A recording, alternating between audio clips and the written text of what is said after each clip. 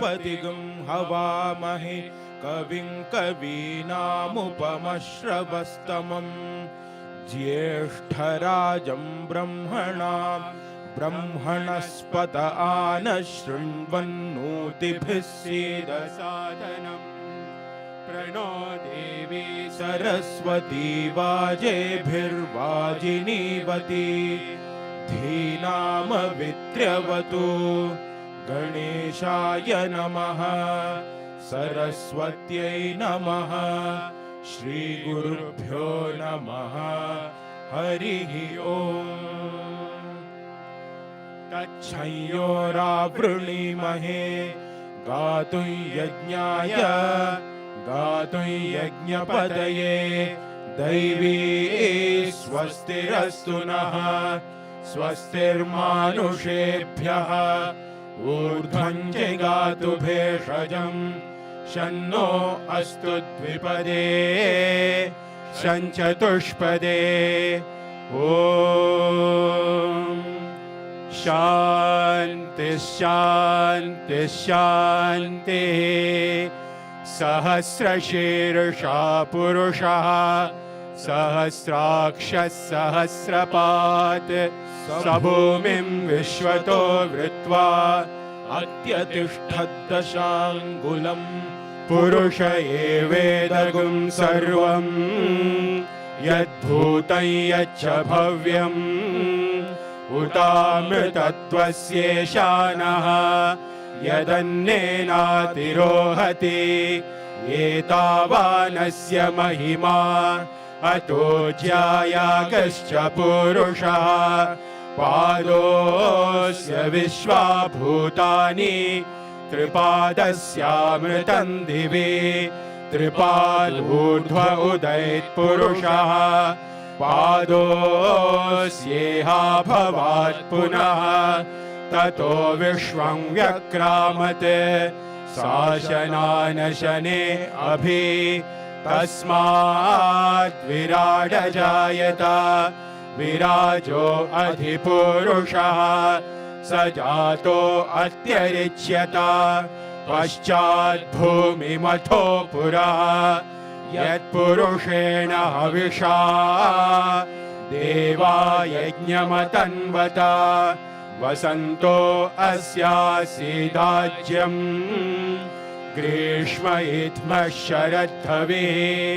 सप्तास्यासन् परिधयः त्रिसप्त समिधः कृताः देवा यज्ञं तन्वानाः अबध्नन् पुरुषं पशुं तं यज्ञं बर्हिषि प्रोक्षन् पुरुषं जातमग्रतः तेन देवा अयजन्त साध्या ऋषयश्च ये तस्मात् यज्ञात् सर्वहुतः सम्भृतं पृषदाज्यं पशुगस्तागश्चक्रे वायत्यान् आरण्यान् ग्राम्याश्च ये तस्मात् यज्ञात् सर्वहुतः ऋचः सामानि जज्ञिरे छन्दागुंसि जज्ञिरे तस्मात् यजुस्तस्मात् अजायत तस्मादश्वा अजायन्त ये केचोभयादतः गावो जज्ञिरे तस्मात् जाता अजावयः यत्पुरुषं व्यधदुः कटिधा व्यकल्पयन् मुखं किमस्य कौ बाहु कावूरुपादावुच्येते ब्राह्मणोऽस्य मुखमासीत् बाहुराजन्यः कृतः ऊरु तदस्य यद्वैश्यः पद्भ्यागुं शूद्रो अजायत चन्द्रमा मनसो जातः चक्षुः सूर्यो अजायत मुखादिन्द्रश्चाग्निश्च प्राणाद् वायुरजायत नाभ्या आसीदन्तरिक्षं शीर्ष्णोद्यौ समवर्तत पद्भ्यां भूमिर्दिशश्रोत्रात् तथा लोकागुं न कल्पयन् वेदाहमेतं पुरुषं महान्तम् आदित्यवर्णं तमसस्तु पारे सर्वाणि रूपाणि विचित्य धीरः नामानि कृत्वाभिवदन् यदास्ते धाता पुरस्ताद्यमुदा जहार शक्रः प्रविद्वान् प्रदिशश्च तस्रः तमेवं विद्वान् अमृत इह भवति नान्यः पन्था अयनाय विद्यते यज्ञेन यज्ञमयजन्त देवाः तानि धर्माणि प्रथमान्यासन् ते हनाकन्महिमानः सचन्ते यत्र पूर्वे साध्या सन्ति देवाः अद्भ्यः सम्भूतः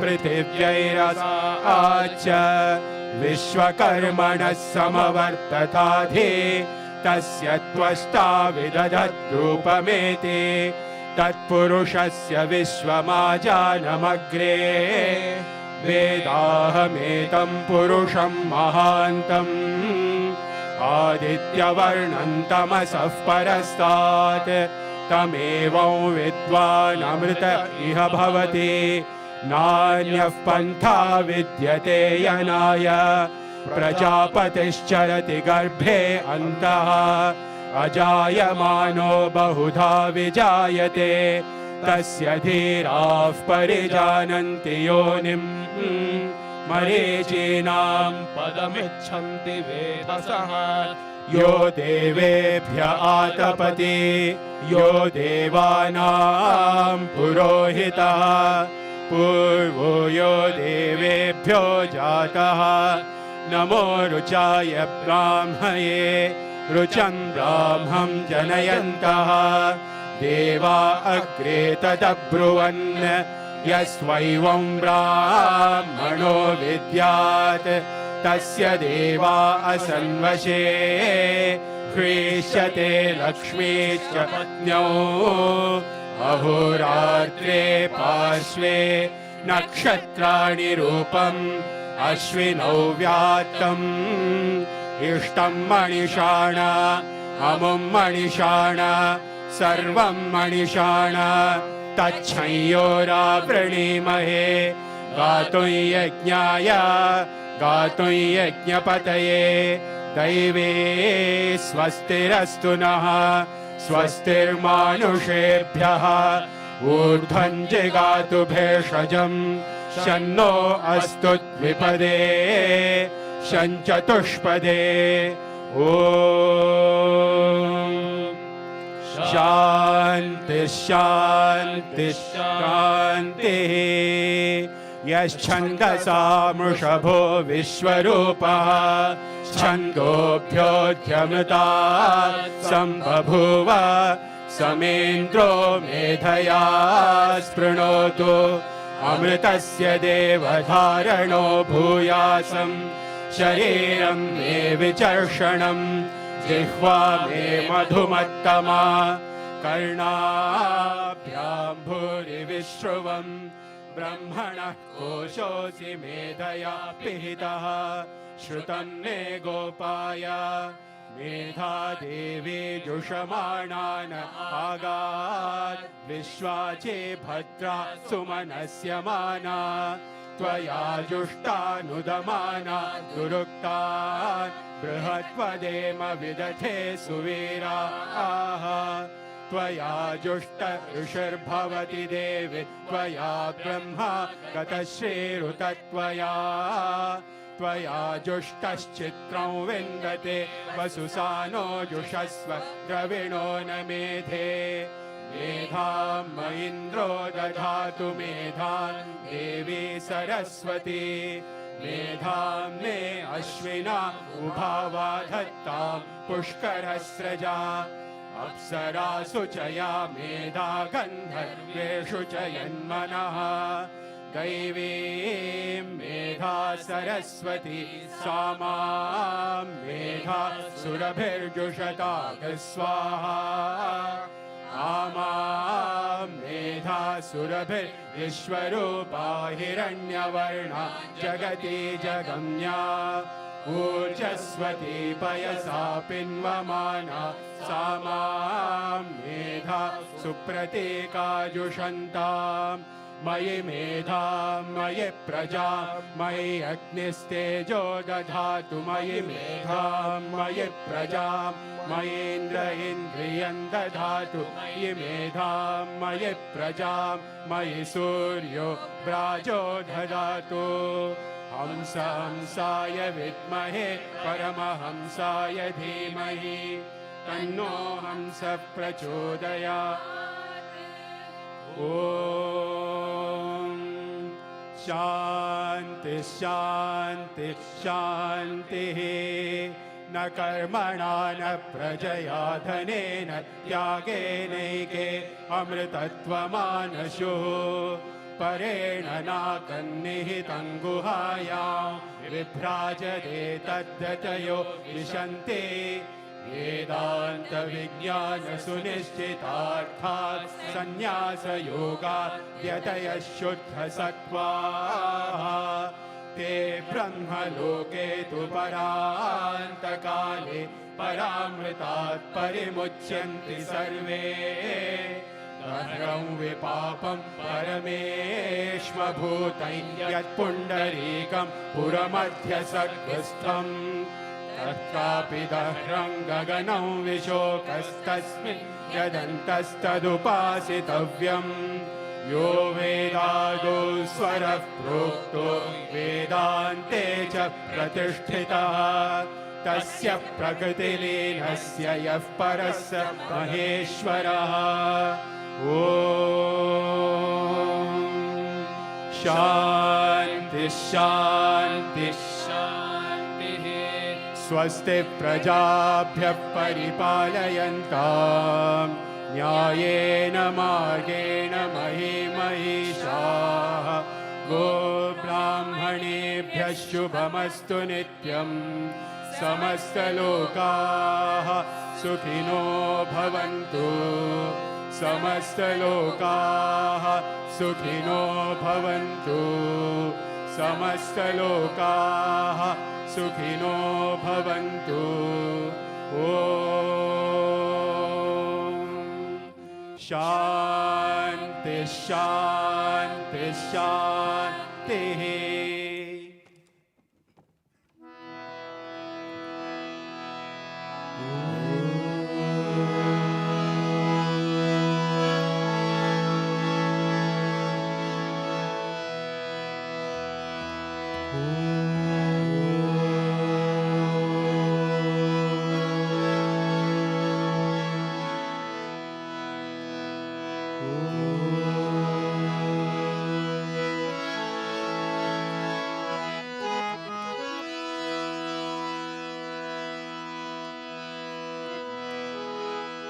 जय लंबोदर पाहि मां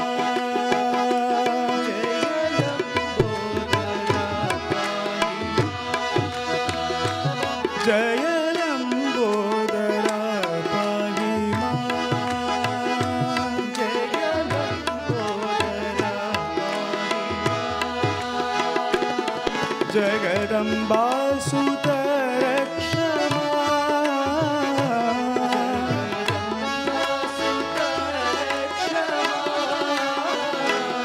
जगदम्बा सुत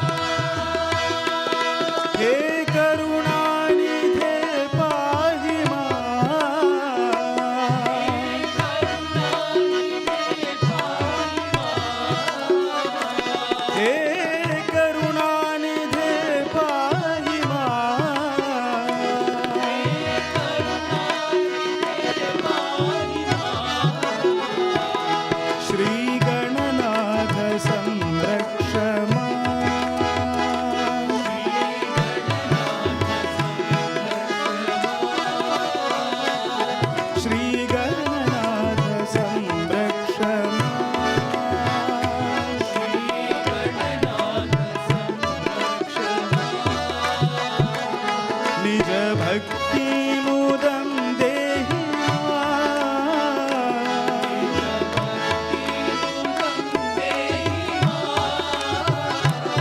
निज भक्तिमुदं देहि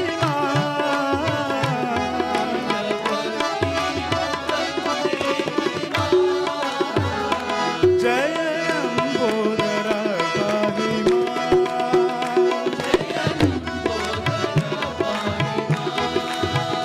जगदम्बा सुतरक्षमा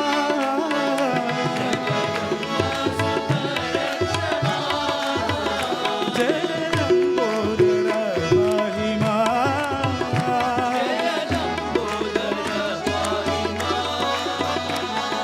शरणागत रक्षमा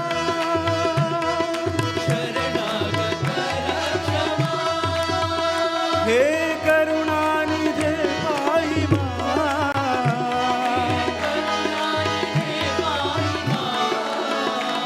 श्री गणनाथ संरक्ष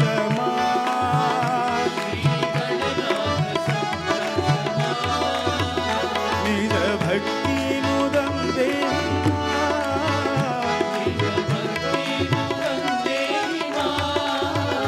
निज भक्तिमुदं देहि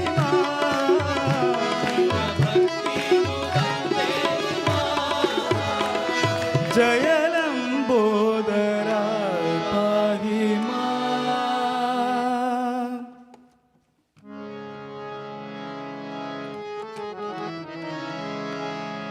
अल्लाह अल्लाह करो पुकार अल्लाह करो पुकार अल्लाह अल्लाह करो पुकार अल्लाह करो पुकार सत्य साई की जय जयकार सत्य साई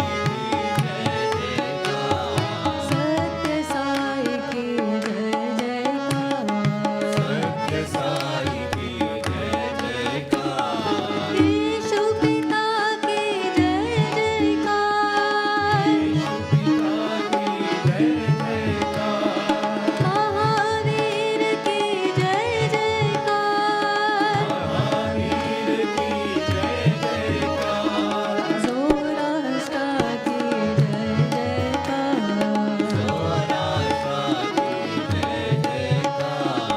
जोराष्ट्र की जय जयकार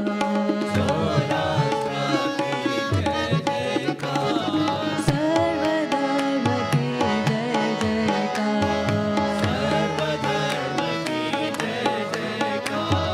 सर्वधर्म की जय जयकार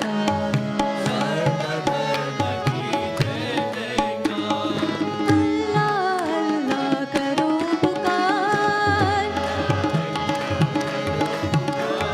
सत्य साई की जय जयकार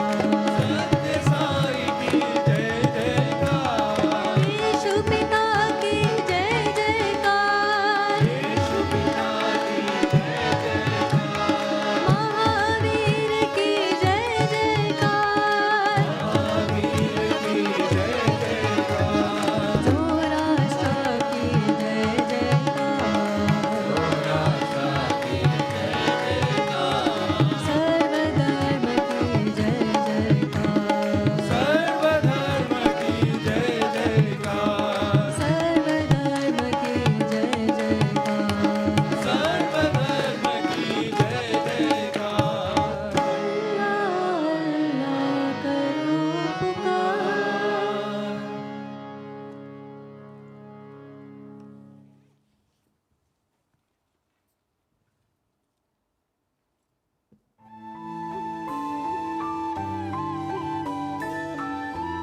ప్రేమ స్వరూపులారా embodiments of love. Sathya Sai organisation లో ఐకమత్యం చాలా ప్రధానం. In such as the organization, unity is important. On the brotherhood of man, fatherhood of God. There should be fatherhood of God and brotherhood of man. అందరూ ఒకరికొకరు ఏకం కావాలి. All should be one. ఎట్టి ద్వేషము కానీ, No hatred, ఎట్టి అసూయ కానీ no jealousy. ఎట్టి విధమైనటువంటి యొక్క అభ్యంతరాలు కానీ ఉండకూడదు. There should be no differences ఏదో whatsoever. వ్యక్తిగతమైన ద్వేషాలు ఒక క్షణంలో వచ్చినా There may be individual వాటిని level, మర్చిపోవాలి. but you should forget them. Hello brother brother brother ఆ విధమైనటువంటి దీని కింద పోవాలి. We should start working saying hello అది కూడా brother. హార్ట్ నుంచి రావాలి. It should come out of the heart. ఏదో 10 మంది చూసుకునే కోసం హలో హలో హలో లోపలంతా hello. For others' sake, we may say hello. while చాలా there is మంది hello. స్టంట్ చేస్తున్నారు. Many take to resort to this stunt. ఈ స్టంట్ మనకు మంచిది కాదు. This sort of a నీ stunt is not stunt good. నిన్నే ముంచుతుంది. This stunt will deceive you. హృదయపూర్వకంగా నీవు దీన్ని అనుసరించు. You should follow your heart. ప్రేమపూర్వకంగా నీవు ఆచరించు. You practice with love. దివ్యమైనటువంటి భావాన్ని నీవు తలుచుకో. Develop divine feeling. ఇది నిజమైనటువంటి human value. This is true human value. దైవం నీ హృదయవాసి.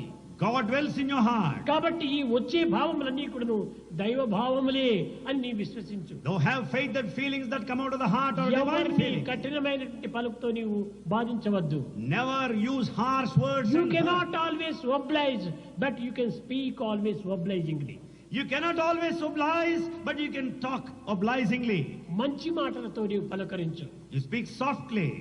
కనుకనే అప్పుడే మనకు ఆ హ్యూమన్ వాల్యూ వస్తుంది. చెడ్డ భావాలు వచ్చినప్పటికీ I am man not animal not animal ఆ విధంగా 5 నిమిషాలు నీవు కూర్చో నీ అనిమల్ క్వాలిటీస్ పోతుంది. If you have bad thoughts, then discriminate, judge yourself. I am man, not animal. I am man, not animal. ఎదుటి వ్యక్తి పైన నీ కోపం వచ్చింది.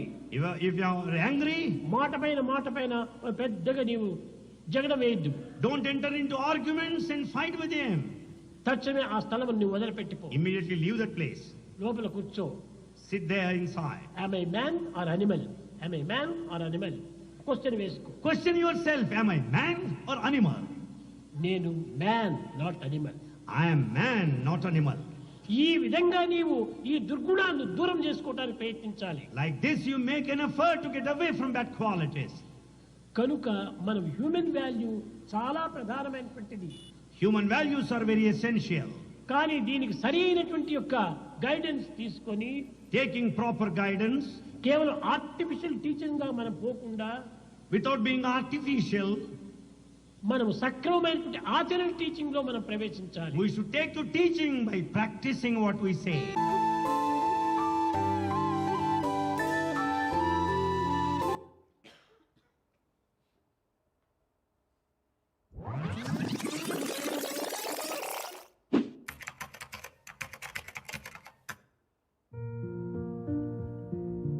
This year unfolded as a journey, one moment leading naturally into the next. These moments unfolded as they happened, allowing the wider Sai family to witness, reflect, and feel part of the year's spiritual flow. The year opened with continuity and devotion. A bhajana week carried on as a steady rhythm, with brand new bhajans offered every Thursday at 5:30 p.m. These weekly offerings became a familiar presence, moments to pause, remember, and reconnect through Namasmarana.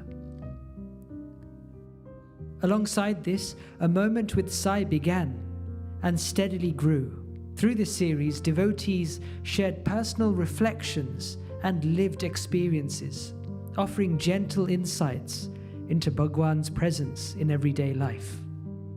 As the weeks passed, these moments quietly wove themselves with love, gratitude, and humility that Swami has bestowed upon me this enormous boon of sharing my moment with Sai in what is the 100th and final episode. One of the first major national gatherings reflected during the year was the National Office Bearers Conference. Through shared sessions and collective reflection, devotees engaged with discussions and guidance that helped set the tone for the year ahead, reinforcing unity, responsibility, and shared purpose within the organization. Soon after, focus turned to service in action. The Nepal medical camp reflected selfless service beyond borders. Volunteers offered care with love and humility, while patients experienced compassion, dignity, and hope. यहाँ पर जो है हम इसलिए आए कि यहाँ के डॉक्टर और जगह कराए, हमको विश्वास नहीं हुआ, यहाँ पर आए, अच्छा जानकारी अच्छा हुआ, हमको विश्वास हो गया, अब हम अच्छा हो जाए. Their reflections spoke of gratitude, dignity, and hope, reminding viewers that service, when offered with love, becomes a direct expression of Bhagwan's teachings. The year then marked National Ishwaramma Day. The spirit of the day reflected humility, love, and the values that shaped Bhagwan's life through his mother, Ishwaramma. I did a dance performance with 3 other girls, and I've actually been here 3 other times because every year I choose to do the dance. This is Sai Prabhu. It was experienced in a warm and heartfelt way, allowing devotees to engage joyfully whilst honouring the depth of the occasion.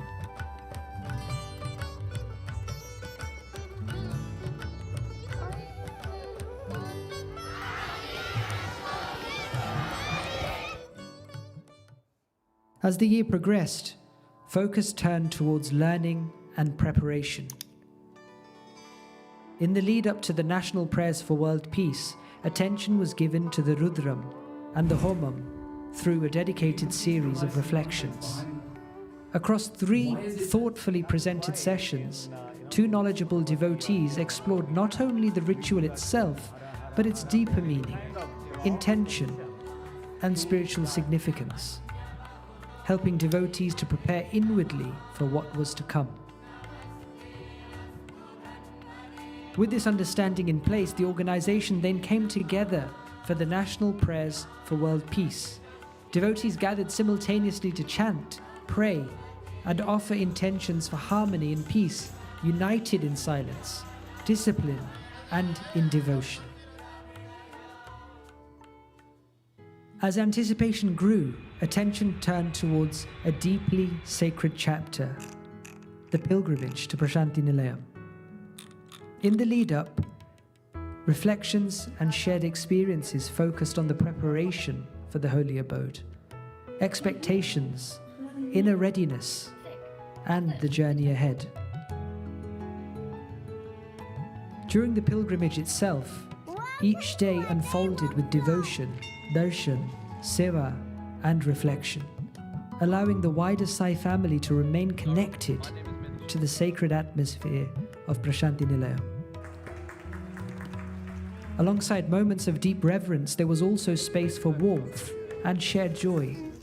Activities such as coffee with Kay and other light engagements fostered connection and togetherness, whilst talks delivered in Prashanti offered depth and spiritual guidance. When you went to America, when you went to Europe... As the year continued, devotion remained central through Vedam Bhajans, offering a space for deeper remembrance and collective singing. These gatherings reinforced the importance of sustaining spiritual discipline beyond major events. Throughout the year, healthcare webinars supported holistic well-being, offering practical knowledge and guidance alongside spiritual nourishment, reflecting the organization's commitment to caring for both body and mind.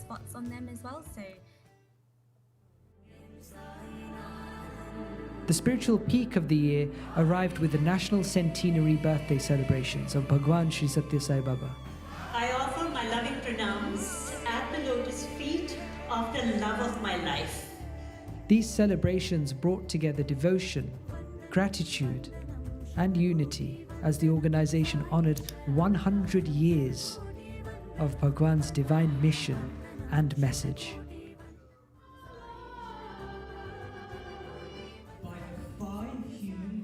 Good mates in our class that we need to tackle.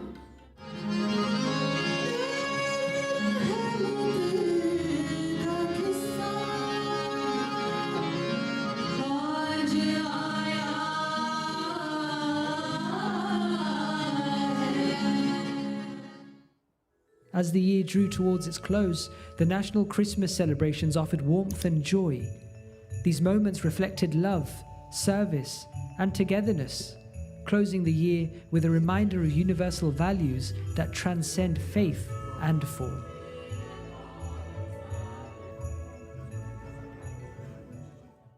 Interwoven throughout the year was service, forming the quiet foundation beneath every gathering, prayer, and celebration.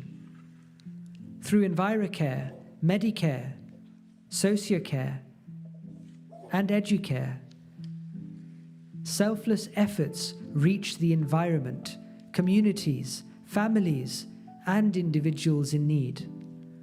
From caring for the planet to supporting health, education, and those facing hardship, each act of service reflected love in action, offered without distinction and rooted in Bhagwan's teachings. Alongside those national efforts, regions across the UK also played a vital role in shaping the centenary year.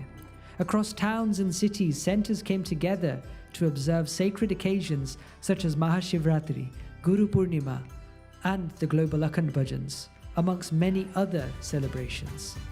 Through prayer, bhajans, study, service, and fellowship, local devotees were brought together, strengthening unity and a sense of belonging across the country. Balvikas children played a prominent part in such celebrations, both nationally and at centre and regional level, as well as taking part in local service activities. In this way, the seeds of devotion and selflessness are being sown at a tender age. Supporting all of this and standing as the future of the organisation were the young adults of the Youth Wing. Throughout the year, they actively supported programmes, service initiatives, and national gatherings, offering their time and energy in the spirit of selfless service. Youth webinars supported personal development through guidance on CV building and personal statements. A special highlight was the youth drama offered in Prashanti Nilayam, a heartfelt expression of devotion, creativity, and teamwork. As we continue into the 100th year celebrations of Bhagwan Shri Sathya Sai Baba, this journey invites reflection and responsibility. As office bearers and as members of the Sri Sathya Sai organization, it is our collective duty to carry out this work forward with humility, unity, and love. The moments of devotion, service, learning, and togetherness shared throughout the year are not endings, but they're foundations. They remind us that the organization is shaped not by the events alone, but by the values that we live, the service that we offer, and the example that we set. Allowing this journey to continue, one moment leading naturally into the next.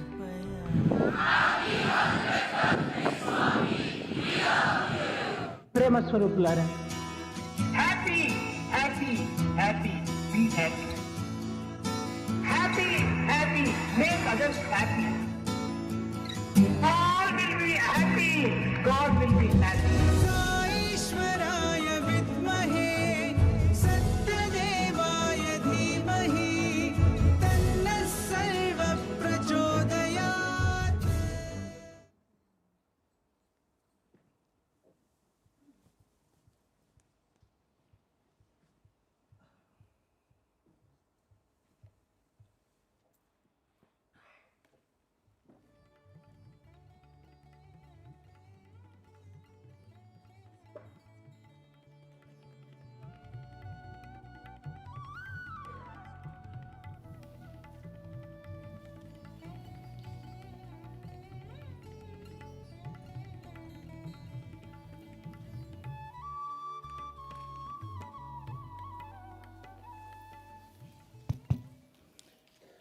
My loving pranams at the lotus feet of our dearest Bhagwan, Sri Sathya Sai Baba.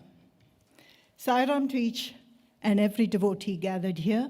It is indeed his calling that we are able to join in on the National Office Bearers Conference today. To those of you who don't know me, I'm Sri Bala, and I chair the centres in Scotland, of which there are 4 of them. So Edinburgh, Glasgow, Dundee, and Aberdeen. So I'm very grateful for everybody's help in my journey here today. I have a couple of health and safety announcements to make. So there is no practice fire alarms, I'm told. So if there is one, please feel free to follow the green posts for the fire run. The second announcement is about the washrooms. You've probably figured out where they are. So out of the main hall, to the left and left, there are some male and female washrooms. There's plenty of washrooms adjacent to the workshop rooms as well. So there is many of them. We saw today the many events that the UK organisation has had for the last 3 years. None of this would have happened to this level of enthusiasm and footprint without the leadership of the very many chairs, and in particular, Brother Pratap. He indeed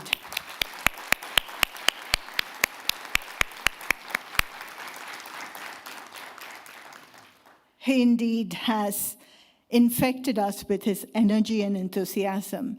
And I do hope that we use this energy to set the pace for the next 3 years. So with that short introduction, Brother Pratap does not need an introduction almost. May I invite you, dearest brother, to the stage, please. And as he walks up, I do want to say thank you to the trip you and your team of office made to Scotland. It means a lot to us. Thank you. Sai Ram.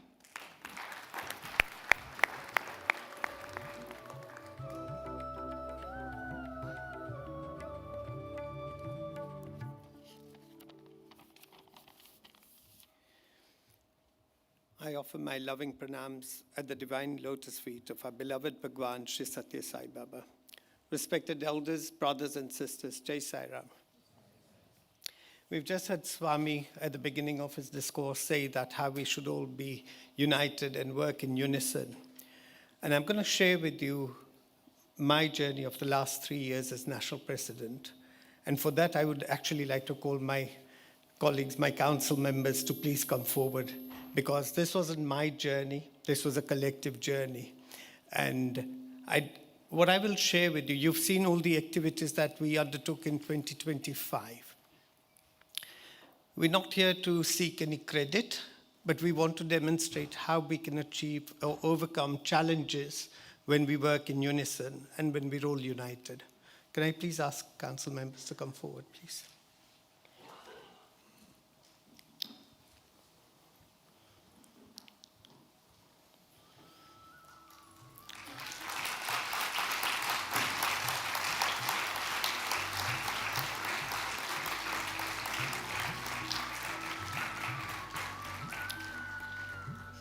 Swami has said that each finger is different. A single finger is weak when alone. If the fingers work together, they form a powerful hand, resulting in unity that brings strength, harmony, and the ability to serve. The hand works only when all have mutual respect and cooperation. I was blessed with 15 other fingers that are standing in front of you today, and we formed a strong hand between us. Swami also said that all he needs from us as office bearers is faith in his name, loyalty to the organization, availability and commitment, and he will do the rest. This is what the council followed, and Swami did exactly that over the last 3 years. We had extreme faith in Swami, and we knew some of the challenges that we were going to be faced with, and we relied 100% on Swami. I joined the National Council in 2019 with many of my fellow council members standing here as we served in various capacities until I assumed the role of National President in January 2023. This was at a time when the organization was emerging from the unprecedented challenges of the COVID-19 pandemic. The period since has required resilience, unity, careful stewardship, and renewed engagement across all regions and wings. Coming out of COVID, the organization faced significant challenges, including the loss of venues, a decline in membership, and reduced in-person participation. Particular focus was placed on encouraging Balvikas classes to resume in person, recognizing their vital role in their spiritual journey. Centers and regions were supported in rebuilding momentum and restoring regular activities, while ensuring it was done safely and in compliance with legislation and the prevailing laws. It became quite apparent early in the term that there was a perception of a north-south divide within the organization. To address this, the entire National Council visited both Region 5 and Region 8, meeting with all center presidents to listen, engage, and build stronger relationships.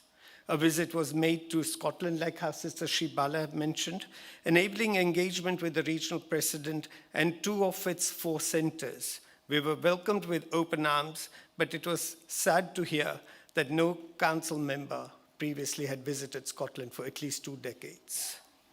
These visits proved invaluable and resulted in full engagement and reassurance across all regions. To further promote inclusivity, a new process was implemented, allowing each region to host a national event, ensuring devotees across the country can participate without geographical barriers and feel fully part of the organization. Since mid-2020, the organization, as you all know, received no funding support from the UK Trust and had only £700 in its bank account at the start of our term. Despite this, no national event were cancelled or scaled back.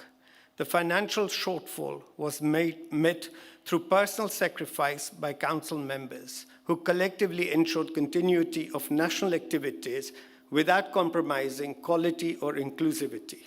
This was the loyalty and commitment to the organization demonstrated by the council.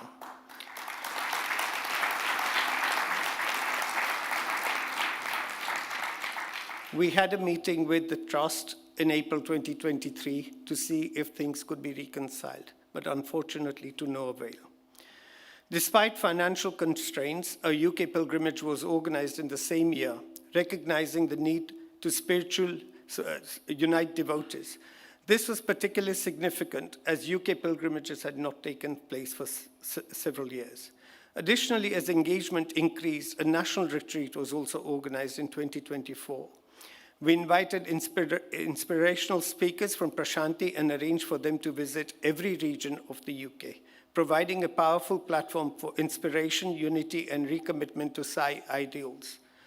Regional retreats also started to take place. A young adult retreat has also been organized for this coming year. With increasing legal and regulatory obligations affecting voluntary organizations, the risk of personal liability for council members became a serious concern. In the absence of financial backing from the trust, discussions were held with senior members of the organization and Prashanti regarding long-term sustainability. Approval was granted to register the organization as a charitable incorporated organization, enabling it to stand on its own feet, legally and financially. The process commenced and was successfully completed on 2nd of April, 2024.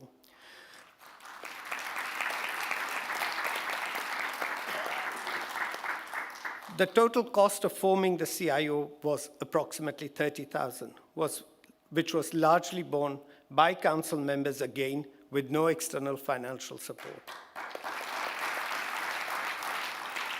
Again, this just demonstrates that how when you come together and work with loyalty, Swami just finds his way and brings things happen. As you're aware, our national bank account is held with Metro Bank. Under the Financial Services Compensation Scheme protection, the funds are protected up to a limit of 85,000, which recently has increased to 120,000. To diversify financial risk for the organization and avoid reliance on a single institution, we've opened an additional bank account with the Cooperative Bank, and we're in the final stages of having an account with State Bank of India. Significant progress was made in strengthening governance and compliance. We had to enhance our privacy policy, which did not exist, and we were collecting consents from devotees, which did not have any meaning without a policy. The DBS process was also centralized, digitized, and moved to an electronic system with online identity validation, improving efficiency, security, and compliance. Insurance cover was reviewed extensively. We shopped around while remaining with the same underwriter. Insurance cost in the first year was reduced by 10% and almost 50% in the following year with no reduction in cover. Many of you will be familiar with the CRM system, which is Customer Relationship System or Customer Record System. As a registered charity, last year we secured 10 free licenses to build a database of our devotees ranging from Balvikas adults to general devotees. This portal is intended to centralize all records such as their professional skills, DBS registration, privacy consents, etc. into one centralized system. I'm sure you will hear more about this during the day. Every wing worked tirelessly to motivate devotees and increase engagement across the organization. 2 medical camps were organized in India and Nepal, and we resumed our medical services after a long time. These initiatives reflected renewed commitment to selfless service and international outreach. To support wider engagement across Europe, the UK took the initiative to organize a zonal pilgrimage in 2025. The term concluded with the organization being blessed to host the centenary birthday celebrations of our beloved Bhagwan. Nearly 1,000 devotees attended, making it a record-breaking event for the organization and a truly fitting culmination to the term of the service. A couple of weeks ago, we submitted to the Charity Commission our first set of financial records. They've been independently audited and they were filed with the Charity Commission.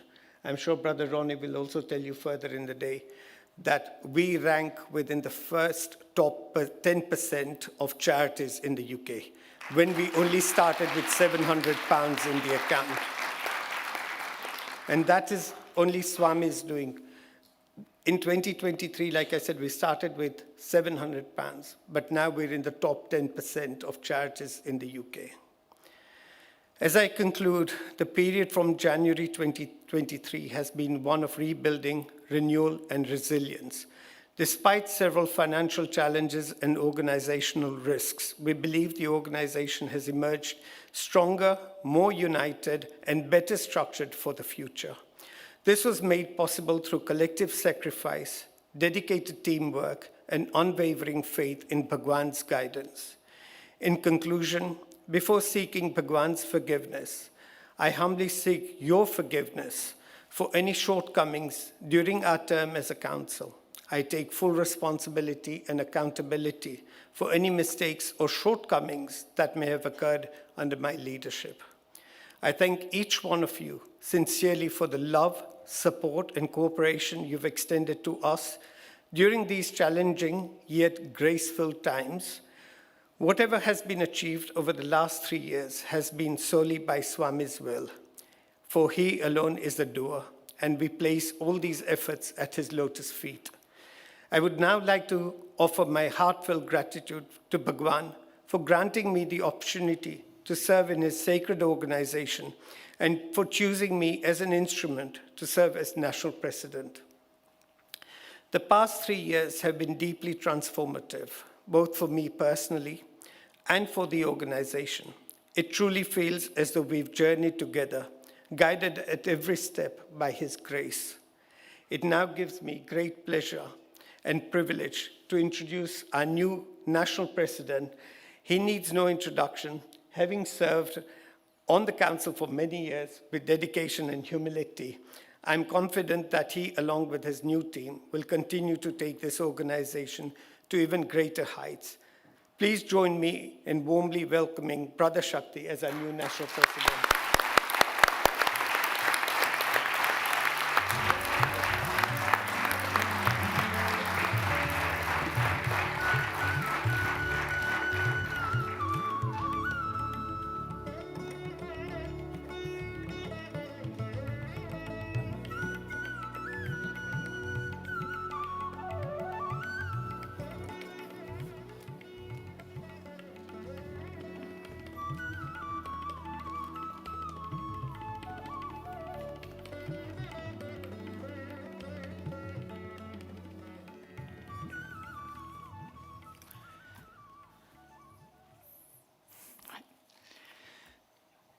My humble pranams at the lotus feet of our beloved Swami.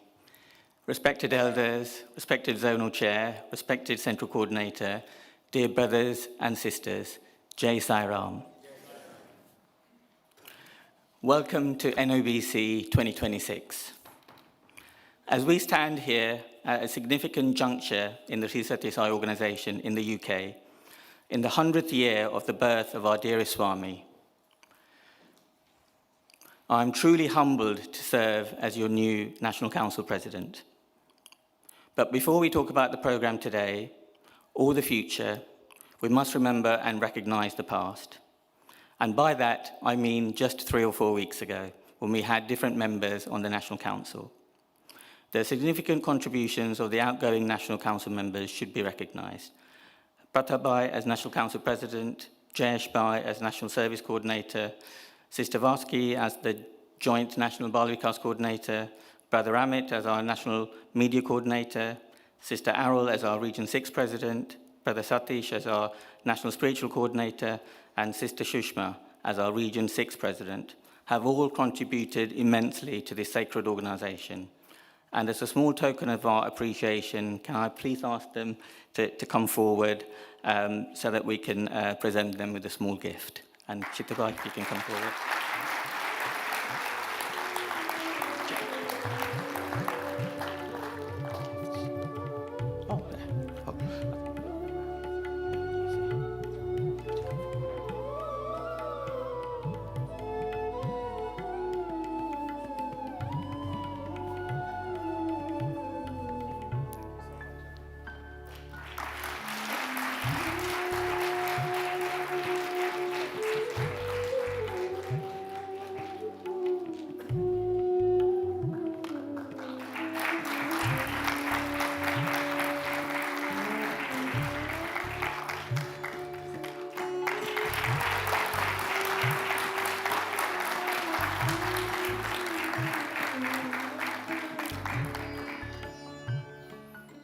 Thank you all.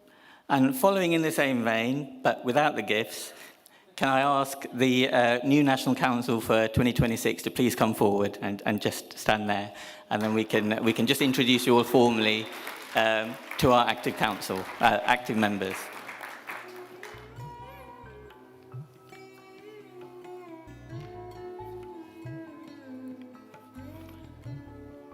So I'm sure you know most of them, but we do have 6 new members of the National Council and 3 of us who've changed roles. So there has been quite a bit of change for this year. So if I start with Region 1, Brother Jaimini.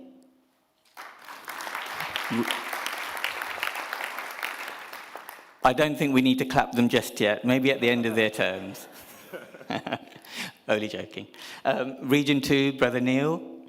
Region 3, Brother Balraj. Region 4, Manisha Ben. Region 5, Brother Ketan. Region 6, Sister Kavita. Region 7, Sister Senta. And Region 8, Sister Sri Bala. And now our National Wing Coordinators. Our National Spiritual Coordinator, Brother Kapil. Our joint National Balvikas Coordinators, Sister Sujata and Sister Jaina.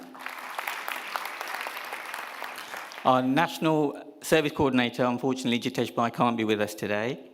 And I'm sure he'll welcome that. And Brother Sai Warren, our National Youth Coordinator. Yeah. Thank you. Oh, and I completely forgot. I'm not sure how. Brother Ronnie. Please give him a round of applause, our new National Vice President.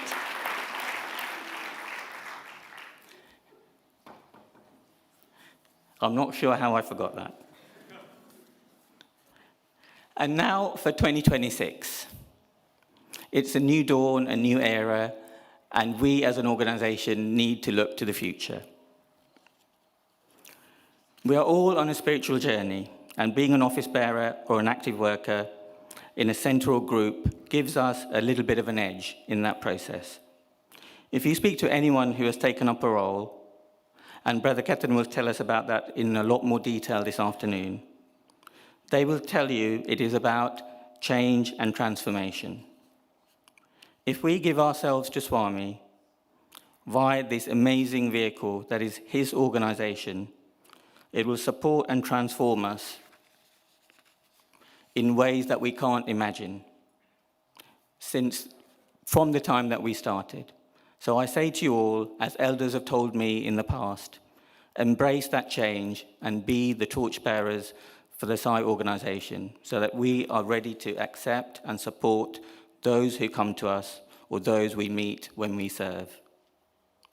With that in mind, the vision for this year comes in 3 parts and forms the basis of our workshops today.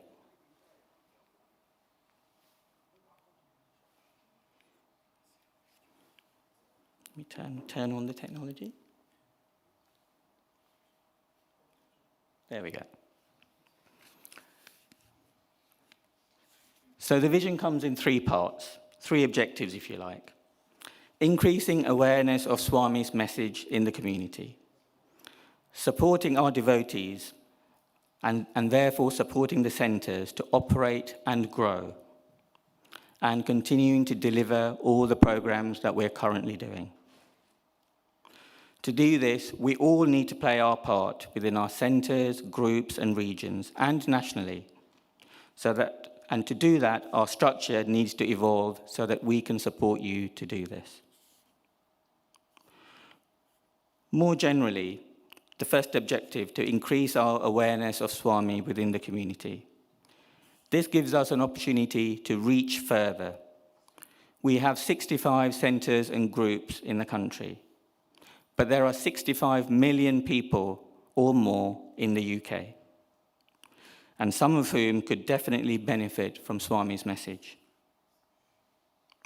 We have been through some unstable times, and our past national presidents have had a much more difficult time than I have, starting from 2018 through to the COVID periods that Brother Ketan had to endure, to the better times that we've had more recently. The organisation is now in a good place, and the CIO structure means that it is easier for external organisations to recognise us and to work with us. So we need to build on the last few years.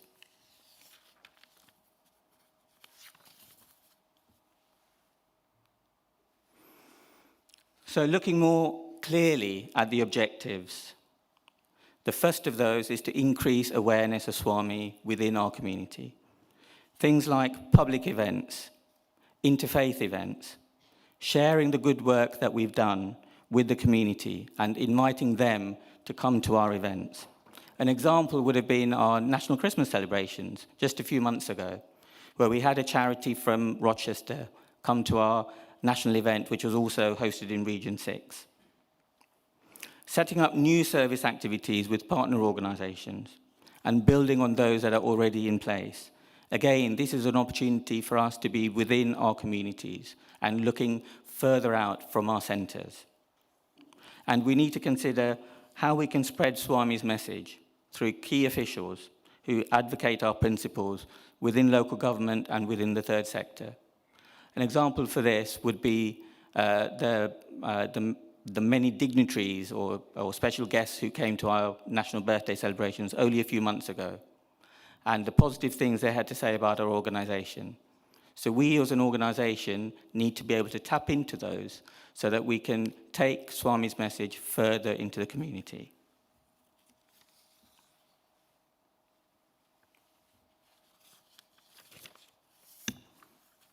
So what do we need to do to support this? These aims need to be supported by key communication enablers. And what do I mean by that? We need to improve our website and our social media channels so that organizations who look at us can see the amazing amount of work that we already do. It's not about doing more, it's about getting our message across to the community. And having a digital content team to curate that material will also help. So we need to create a digital function or a team to help support that. Another important area in terms of getting into the community is education in human values. SSEHV has been associated with the SI organisation for many years, sometimes within the organisation, sometimes without. So now, as we also had a conversation during National Ishrama Day last year, we need to build on those links and consider the various approaches to SSEHV in the UK. For example, something small like making educational content available on our website and promoting its use. We need to think about EHV as it is needed in society in 2026, not necessarily the ways it was carried out 10 years ago or 20 years ago. EHV is not just for children, it is for adults. It is for anyone who wants to know, not necessarily about Swami, but about education in human values. It is not intended for Sai devotees, but can be used by all. But importantly, Swami's name must always be associated with EHV. And to do that, we are creating a new EHV function, and you'll hear more about that later on this morning.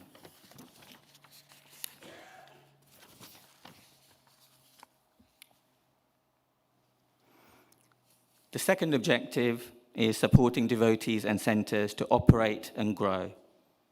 And that is by us all providing leadership and inspiration through national programmes, new activities, new initiatives and new events. And also to improve the awareness of the work that centres and groups do so that anyone who wants to can get involved. Improving the way that the organisation connects to the world.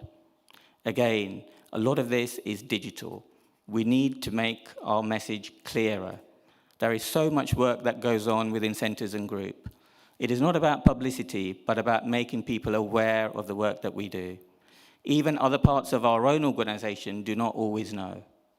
And this is a special plea from me to centres and groups. Please do fill in the reports, fill in the forms that are provided for service activities, contribute towards love and light. Because there is so much work that goes on that we're not always aware of. And it is important to showcase the work to inspire others within our organisation, let alone people from outside the organisation. And we as a National Council need to provide accessible and supportive central infrastructure for centres and groups. And that's one of the other key areas that I'm going to talk about briefly now. So what exactly do we need? We need policy and financial framework for centres and groups. And this also requires good governance. We've made large inroads into this. For example, the finance, we started off with paper forms. We now have electronic forms. In the future, we'll have all of that on our new digital system. And I know some centre presidents have had some trouble with the monthly accounts, but I'm sure you can all realise the benefits that that brings. Particularly from the gift aid. But there's much more to it than that. As a national team, we need to input all of that data into our accounting system. And all of that needs to be accumulated into the annual accounts, all of which is a fair amount of work, and there's only a small team supporting that. So again, we need your help on all of those fronts. Updating policies is required, creating new policies where needed. These are again areas where we need the support of all of you as devotees in this room and also those in your centres and groups. People who have the right skills to help the organisation to move forward. So to do that, we're creating a a policy function, and a finance function.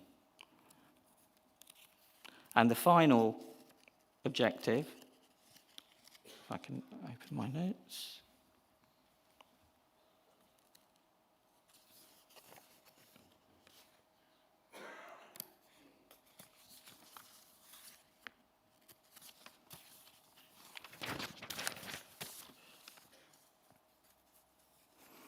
The final is probably also the most important, to continue doing what we're doing. We are an amazing organisation filled with loving devotees who pour their hearts out week in, week out. And that should always be recognised. There's lots and lots of amazing work that happens now, and we need to continue to do those.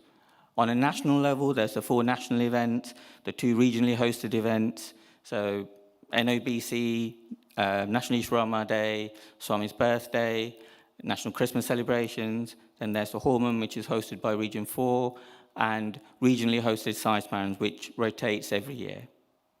And we need to further develop the sharing of the information that we currently do, for example, Love and Light and the social media streams, and continue the special work and projects that we do. For example, the medical camps, there's likely to be 2 medical camps this year. There's likely to be 2 retreats this year. One of those is a regional one of those is a national youth one. So there's so many different activities that are going on, and we need to support all of those events and also the work that goes on in the centres, DBS, safeguarding requirements, GDPR. And those things are not to do with becoming a CIO. Those were always there. But as we grow the organisation, we will need more support. And to do that, we need to create a new admin function. So there's a long list there, which I'm not going to bore you with. But these are all important areas that the organisation needs to look at. DBS, food hygiene records, centre surveys, which most of you won't know about, but I'm sure your centre president will be aware of, and even things like public liability insurance.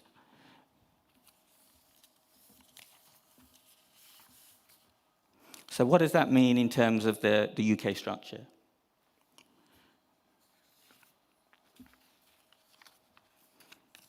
So with that in mind, there's an additional structure that we're putting in place for the SCI organisation. 5 functional teams that report to the UK Council. Until now, the admin, policy, and most of the finance has been solely the responsibility of the UK Council. But as we want to move forward and further, we need to find a larger team. We need to draw on your talents and your support and of others within the organisations. I hope you all have an inspiring day full of Swami's love and generate lots of ideas within the workshops. And just to reiterate that message, we need all of your support going forward. Jai Sai Ram.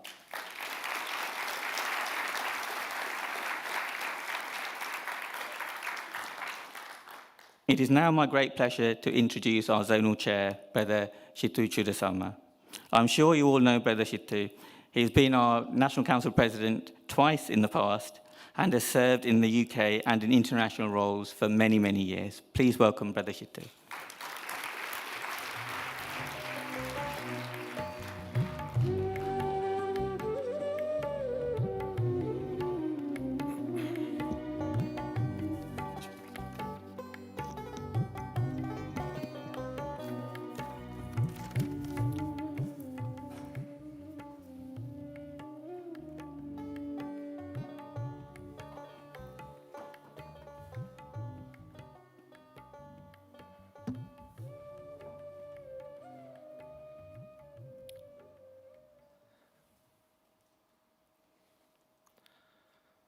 Some time ago, I had the great honour of sitting at Swami's lotus feet. We were both sitting in silence. Swami was still, in some other time and space. I sat staring at his upturned palm that was resting gently on his knee. My mind was thinking, how does he materialize all those objects? Where do they come from? And how do they come out of those ever so small hands? Suddenly, Swami came out of that silence. He looked straight at me and said, "Do you know what is in my hand?" I was quite startled by the question. "No, Swami. This whole Jagat, this entire world is in my hand." He said it with such majesty, he caught me completely off guard. He continued, "What is this Jagat?"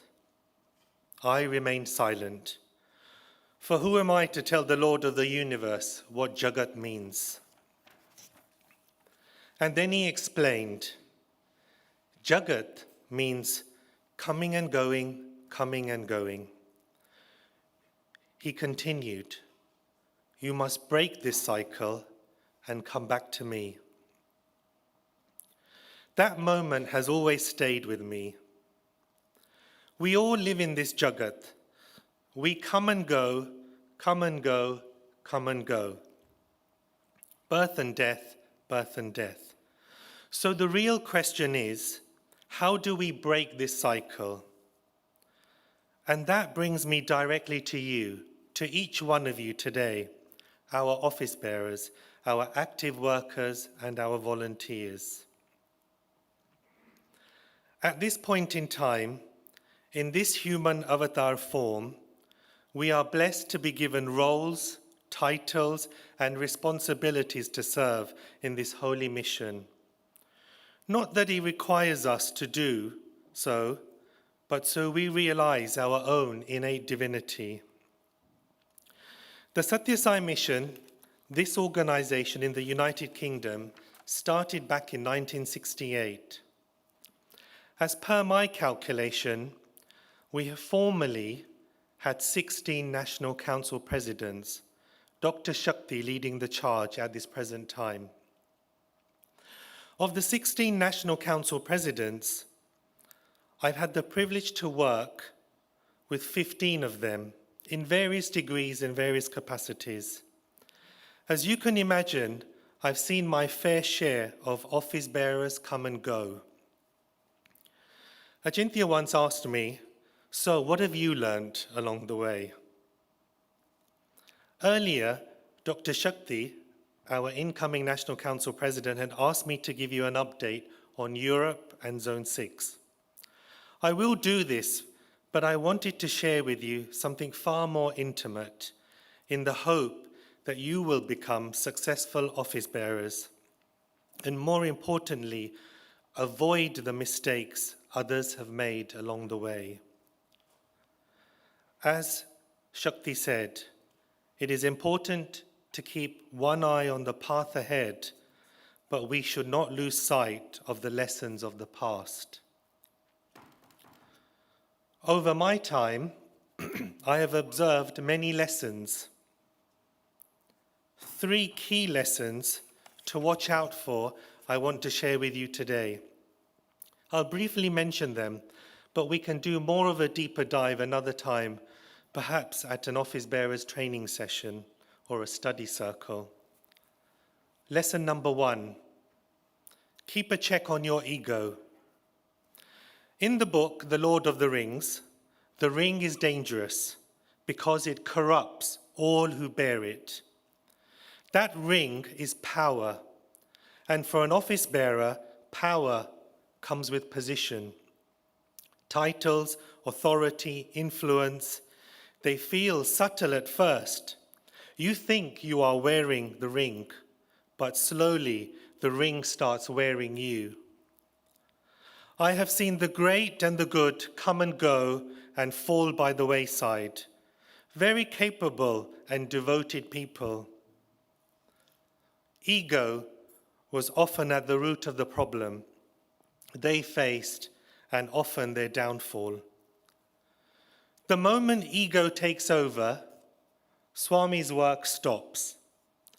Not because he withdraws, but because we block him. As long as I am doing, I am decided, I am in control, Swami steps back. And what started as service quietly turns back into your return ticket to this Jagat. Lesson number 2, you must surrender completely to him. When you truly surrender to Swami, he will do extraordinary things through you as office bearers. But the moment you think, I am doing, he steps back. The moment you say, you do it, Swami, he steps forward. This is not a theory. I have seen it and experienced it time and time again. Lesson number 3, faith.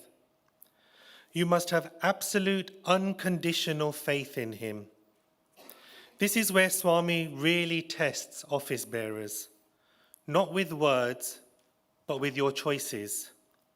He will put you in situations where you have to decide, do I put Swami's work first or my own feelings?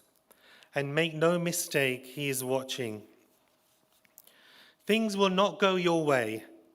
You will be misunderstood, your ego will be hurt, problems will come.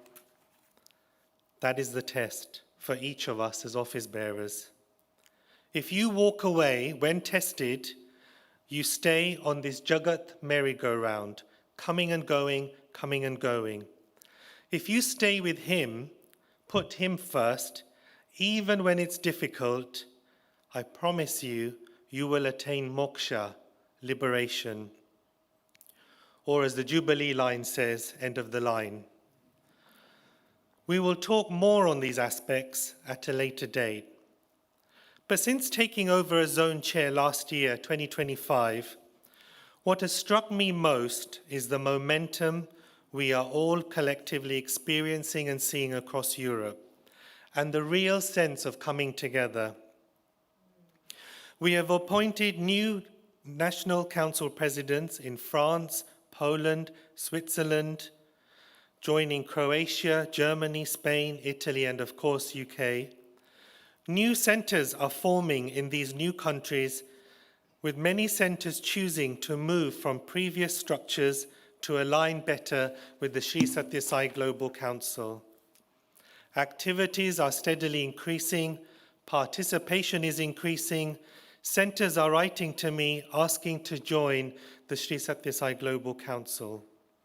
So Zone 6 is steadily progressing, not just organisationally, that you've just heard, but spiritually too, which is what I'm focusing on. And I am really grateful for the part our UK organisation is playing in this reformation of Europe once again. You know, I often get asked, you have a zone chair sitting in the UK, you have a central coordinator sitting in the UK, and of course you have a National Council president. How do we all work together?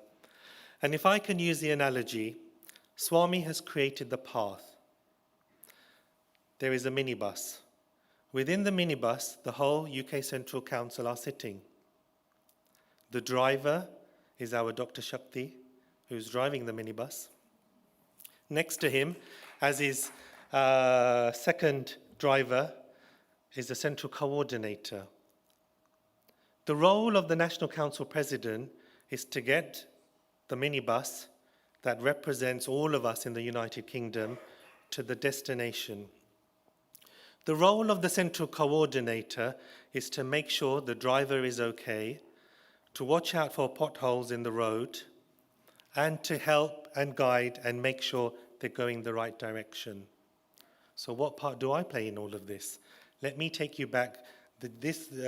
Gen Z won't remember this, but if you remember the tom-tom, the zone chair is the tom-tom, speaking out and guiding, turn left, turn right, because the tom-tom is connected to the satellite, which has an overall macro picture of what is going on in the world. Okay? So this is how we connect. You've all wonderfully heard from Pratap Bhai, from Shakti, and you're going to hear a lot more after me about organizational matters. But my role that I see is to help each one of you break the cycle of coming and going, and keep you focused on why we are here. We are here because of Swami, because our love for Swami, because each one of you were first devotees of Swami before you became office bearers. Let me continue. In a very short space of time, the growth that we have seen across Zone 6, especially the YouTube and the socials, is frankly incredible. The reach and engagement is unlike anything I've ever seen before in Zone 6. We often gather about 3.5 million views. There are 22,500 subscribers across the Zone 6 family of platforms and socials. This is not thanks to a huge team of people, but the silent efforts of one man sitting in Barcelona, Brother Tony, the National Council President of Spain, who is also our Zone 6 media coordinator and my very own digital Hanuman of Europe. Imagine the faith and surrender he must have to carry the weight of two such colossus posts. Looking ahead, we will also be having important events coming up across Europe, marking the real centenary, the Gregorian centenary that we all follow the calendar in the West. We will be hosting satsangs in Spain in July. Another one is being planned in Switzerland, and I invite you all to be part of these historic occasions. Let me end here. We have all been given roles in this Jagat at this time and place so that we do not get lost on it. My prayer and blessings for each one of you today is this. May Swami bless you with moksha, with liberation. May Swami bless you today to break this cycle of coming and going. And may your individual seva take you not deeper into this Jagat, but back to him. Swami is where the journey ends. Jai Sai Ram.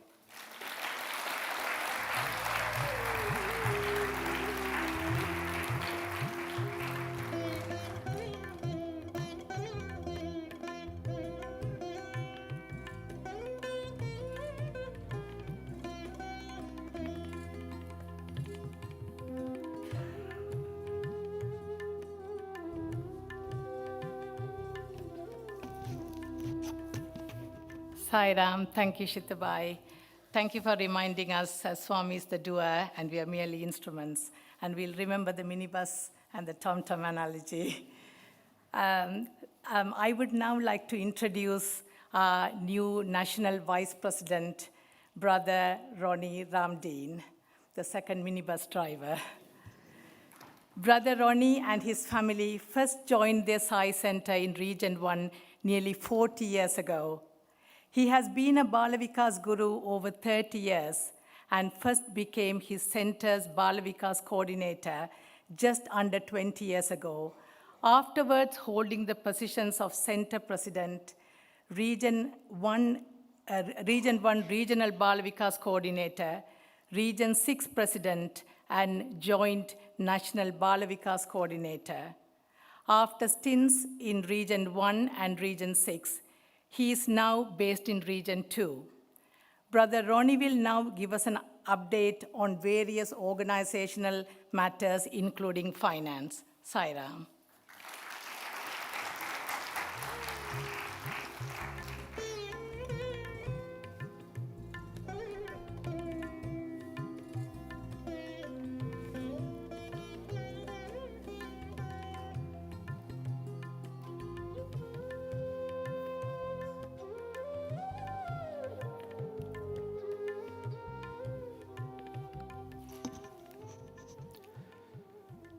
Om Shri Sai Ram. Right, all smiling? All good? Still with me? Good. You've heard the vision set out by Brother Shakti earlier, talked about the various objectives. Objective 1 is probably the one I'm going to focus on a little bit more on this. because it's all about community, how we go out into the community. How do we outreach? When you meet somebody new, how do you introduce yourselves? What do? You normally say, hello, my name is so-and-so, and this is what we do, right? Yeah? So we need to be very confident in terms of doing that when we're meeting somebody new. Because you have to be able to tell a story. Our story. Story about who we are and what we do, yes? So firstly, we need to evaluate, what is the story that we're currently telling? Are we telling a coherent story? Do we speak with one voice? Are we all singing from the same bhajan sheet, if that's a phrase, right? So firstly, when you do a service activity at the moment, how do you introduce yourselves? Do you introduce yourselves as, I don't know, I'm picking a center as an example, not picking any particular center, but it could be any center. Let's say, do you say, oh, Sairam, we are from Harrow West Side Center? Or do you say, Sairam, we are from the CIO branch of Harrow West? Right? This is interesting, because externally, and you've heard this so many times today already, we're now a registered charity. That is our legal form. That's the externally recognized form that we have. Internally, we refer to ourselves as Sai Centres, but externally, Harrow West Sai Centre and all the other Sai Centres don't officially exist. Right? So what language do we use? If we keep referring to ourselves as individual Sai Centres, people outside don't know who we are, right? They don't know that you're part of this one unified organization. Let's link to that. When they want to find out about us, they say, okay, you're so-and-so, great. What do you do? Okay, they'll ask you the question, but what do you think they will do as well? They'll go and find out about you, right? Where will they look? On our websites. Because, of course, we don't have one website, do we? Oh, no, that would be far too simple. We have several websites. And so if you just do a Google search, do it later. Don't do it now, but do it later. Do a Google search and do a search. And I did this the other day. Type in UK Sai Centres. You'll get a long list, right? All sorts of lovely various names. You'll recognize them all. One of them is not even part of our organization. So if you are looking at it from the outside, as we're now going to have to try and do, what does it say about us? All these different websites saying different things, looking differently, saying different things. The Charity Commission picked up on this during our application. And they said, are you really one organization, or are you 70? Fair question. So, we have to start telling a coherent story. We all have to start saying the same thing. Otherwise, it muddies the story we're trying to tell. If you're talking to somebody and then they hear, just put yourself in their position. If you're hearing 10 different people talking to you at the same time saying different things, you don't know what to make of it. You don't know how to understand. You don't know which one do you listen to. So when you're trying to talk to somebody, you need to tell a coherent story. So when we get story, how do you tell a story? Well, you need data. You need information, reliable information, consistent information. And so that's where, well, now that's my tenuous link to what I was going to talk about. But I just mentioned, just over 3 weeks ago, we submitted our very first set of annual accounts and our annual report to the Charity Commission. It is there. It is available for everyone to see. It is a huge milestone. I think, correct me if I'm wrong, this is probably the first time in the history of the UK Sai movement we have everything about UK Sai activity all together in one place. Before, you had Before the CIO, just to digress, to make sure you all understand this, the organization was the organization. Centers were separate. They were affiliated. Do you remember these things called affiliation certificates? Yeah, those pieces of paper? Because the org center was technically separate, but affiliated. And then, of course, you had the UK Trust. So everything was disparate. It was all in different places. Swami's Leela has made it such that we now have everything under one roof, the CIO. It all comes there, and all the activity of the CIO is there described in that set of annual accounts. Download it, read it. It's your organization, it's your charity, and you helped write that story, right? It's there. So do a search, look at UK Charity Register, search for Sri Sathya Sai Organization, and you'll see the link and download it. I encourage you all to read it. Please do that. The annual report at the front, where did we get the information for that? Well, partly from, for instance, Love and Light submissions. So thank you. Please keep that information coming, okay? Then the information you send to Love and Light, the information that you send to wing coordinators, particularly the service wing. We need that. Without that, there is absolutely no way we would have been able to put together that annual report. How long was it? It was about 15, 16 pages long. We're a very active organization. We're a very active charity. We may have been only incorporated for 2 years, but we've been around for 50 plus. So we've got a lot to say. We do a lot. We therefore need to tell that story. What you tell us matters, right? It's not just, when it comes to the numbers, of course, numbers don't tell, of course, the whole story, right?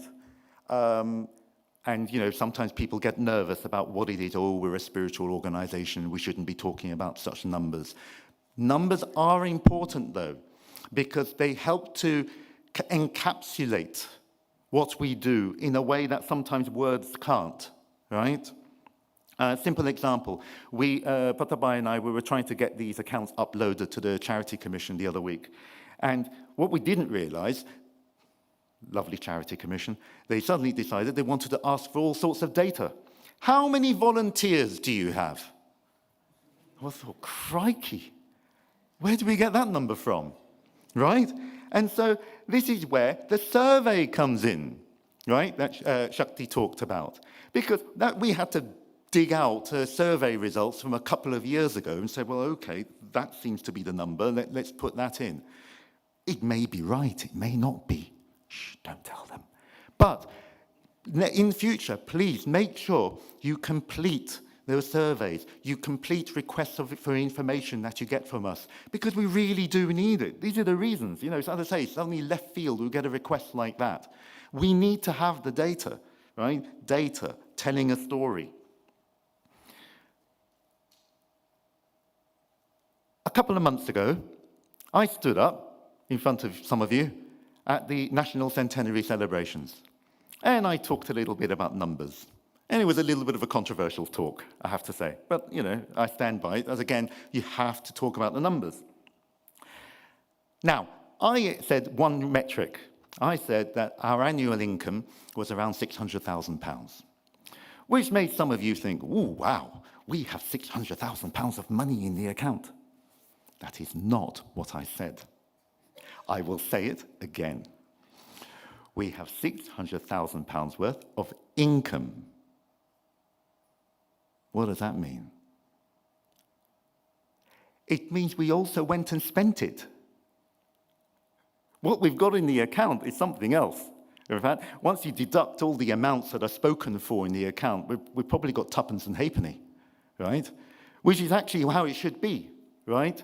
We're a charity, we're a Sai movement. Swami did not say we're here to go and accumulate funds. That's not what we're here to do, okay? The fact that we're now a registered charity doesn't mean we've suddenly thrown Swami's principles in the bin. We're not doing that at all. We're here to uphold those principles. The principles remain. You know, we gather the money only for the purpose that we need it. We have that purpose, we spend it, and then that's it. No money left. So that's what we should be doing. So But why do we count that money? Why is it there? Why is the £600,000 important? It gives an indication of the level of activity. Charities are measured by their income. It's not how much they've got in the account. It's how much they do. And how do you measure that what they do? It's the income. That's how charities are measured, because clearly you need that money to do stuff. As Pratapai said, that puts us in the top 10% of charities in the UK. We're big. We're actually very big. But the problem is, going back to what I said at the beginning, we don't feel it, because how often do you really go around saying, oh, we're part of the UK CIO, instead of saying, oh, I belong to such and such centre? When you talk to people outside, do you really talk to people that say, we are, for instance, you have to put yourself in the shoes of a charity partner. You want to work with this new charity partner. You want to introduce yourselves. Do you really say, oh, we're from such and such size centre, we do some feeding of the homeless, we give some stuff to food bank or something? Or do you say something like that? Do you know, we're a charity that's been around for over 50 years. We're one of the top 10% of charities in the UK. We've got a nationwide presence of over 70 locations. We're focused on personal, collective, spiritual development and service in the community. Something like that. And we shall suddenly make them say, wow, tell me more.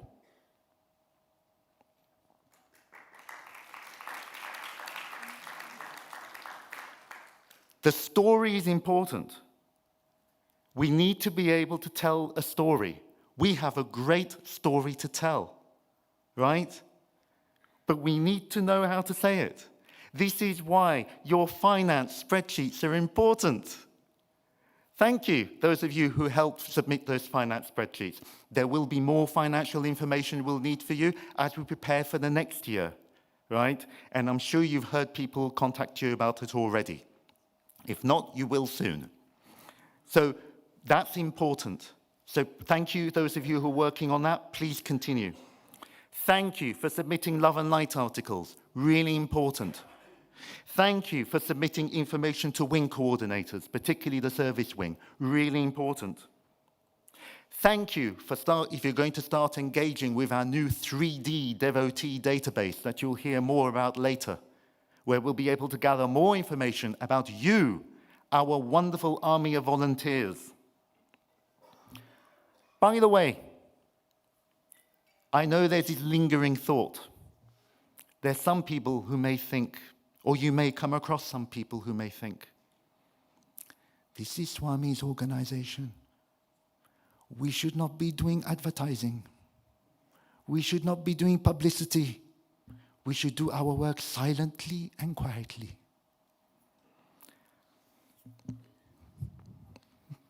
Sairam, if there's anyone who thinks like this, please come and see me afterwards. We'll have a nice chat. So before we go out and do that outreach, before we start talking to people, we must get our stories straight. The information is important, the storytelling is important. I repeat what I said. We have a great story. We have a wonderful story. We need to be able to tell that story. Jai Sai Ram.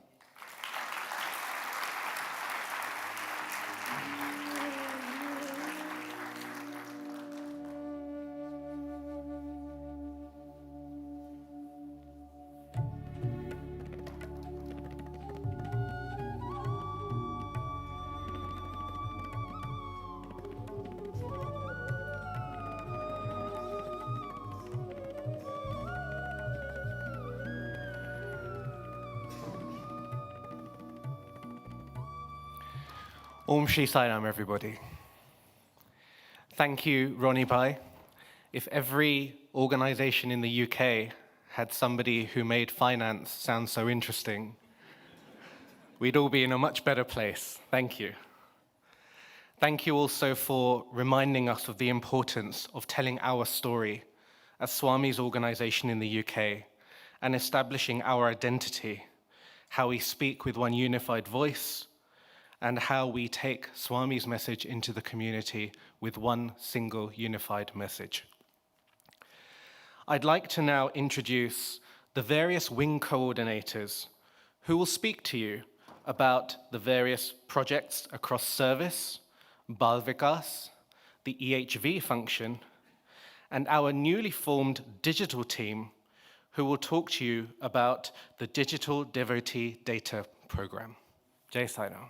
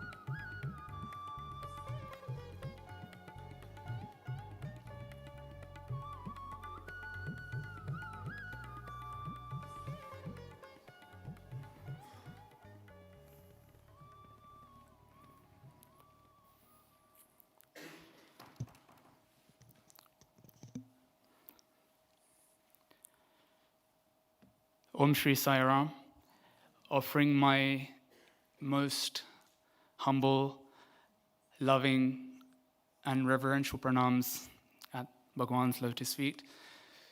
Respected elders, dearest brothers and sisters, Sai Ram to one and all. From the very outset, I'd like to thank Bhagwan for bestowing upon me one more opportunity of serving within this most divine organization, this most sacred organization.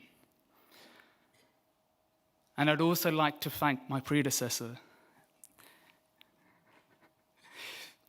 Sri Satish Kumar sir, for essentially laying the foundation for me over these past 3 years. It's not an easy job what he did the last 3 years. 2 national pilgrimages in which the spiritual wing had a tremendous involvement, played a tremendous part. I think in footballing parlance, I think it's fair to say it's like winning the Champions League twice in the space of 3 years. So he is definitely a champion in my book.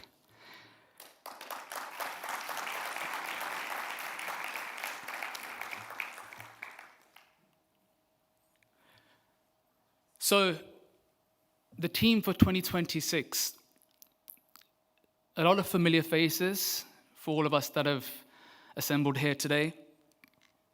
For Region 1, we have Brother Raghu Vishwanathan and Akhilesh Sri Kumar who will be leading the helm.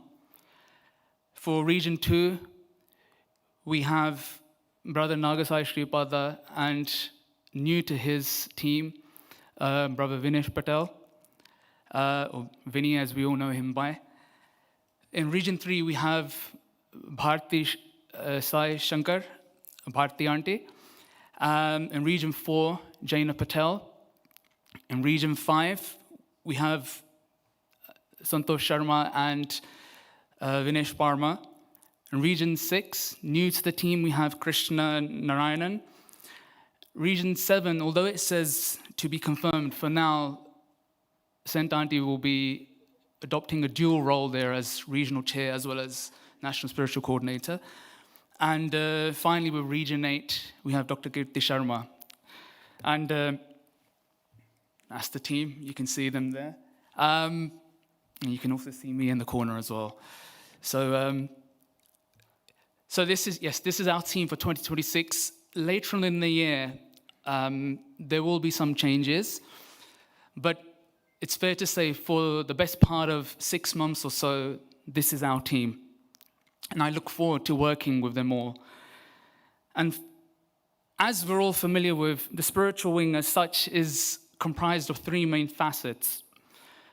We have the bhajan side of things, and I'm perhaps simplifying this, but the bhajan side of things, the Vedam side of things and the study circle side of things. And leading on those aspects, we have, it gives me great pleasure to announce, we have Akhilesh Srikumar, who will be assisting me, leading on the Bhajan side. We have Brother Santosh, who will be assisting, leading on the Vedam side.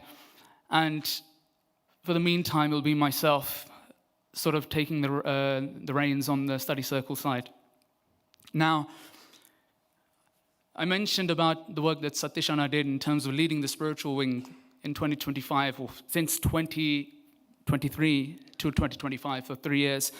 And we've already gone through the reel in terms of what we accomplished, what we achieved last year. But just as a reminder, in terms of the many things that we accomplished collectively as an organization, or as a spiritual wing, should we say, the National Vedam program, which was launched some 2 years ago, Sister Jaina was sort of leading on that front, and she still is.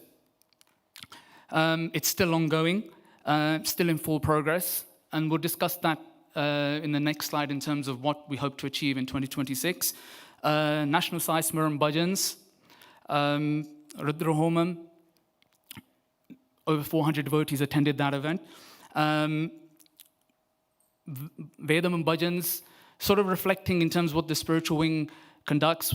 It was a main sort of part at many regional and national events, but perhaps the creme de la creme, the main sort of achievement for us as an organization, if not as a spiritual wing, was the Centenary pilgrimage that we had last year. And 500 plus devotees from across Zone 6, offerings, with the grace of Swami, offerings at the Divine Lotus feet on 7 days in a row, 7 afternoons in a row. And various other facets of the spiritual wing, Bhajan Week, a very popular activity, and also the Global Akhanda Bhajan. And also, if I would forget, if I didn't mention this, one of the main things in terms of the spiritual wing's activity, what its main offering was, the 1008 house bhajans, which we achieved, and I believe the final number was actually 1059. So there was a lot of things that were achieved last year. A moment with Sai. I shouldn't forget that as well. Our youth wing led on that front, and the actual final offering was done on the birthday itself. So a lot of things were achieved last year. So what is it that we plan to do going forward into 2026? Now, when I think about the spiritual wing, in terms of what it encompasses, what it represents, I'm sort of reminded of something that Swami has said quite often, particularly to the boys, to the students, in terms of, what is it that we as citizens should reflect, or what we should sort of, in terms of our character. And Swami would often say that, he'd use this analogy, as devotees, as contemporaries of the avatar, we should have the head of Shankara, we should have the heart of Buddha, and we should have the hands of Janaka. And these were three personalities, or three jnanis, which sort of represented various facets, if I can say, of our wing. You can sort of draw parallels with our wing as well.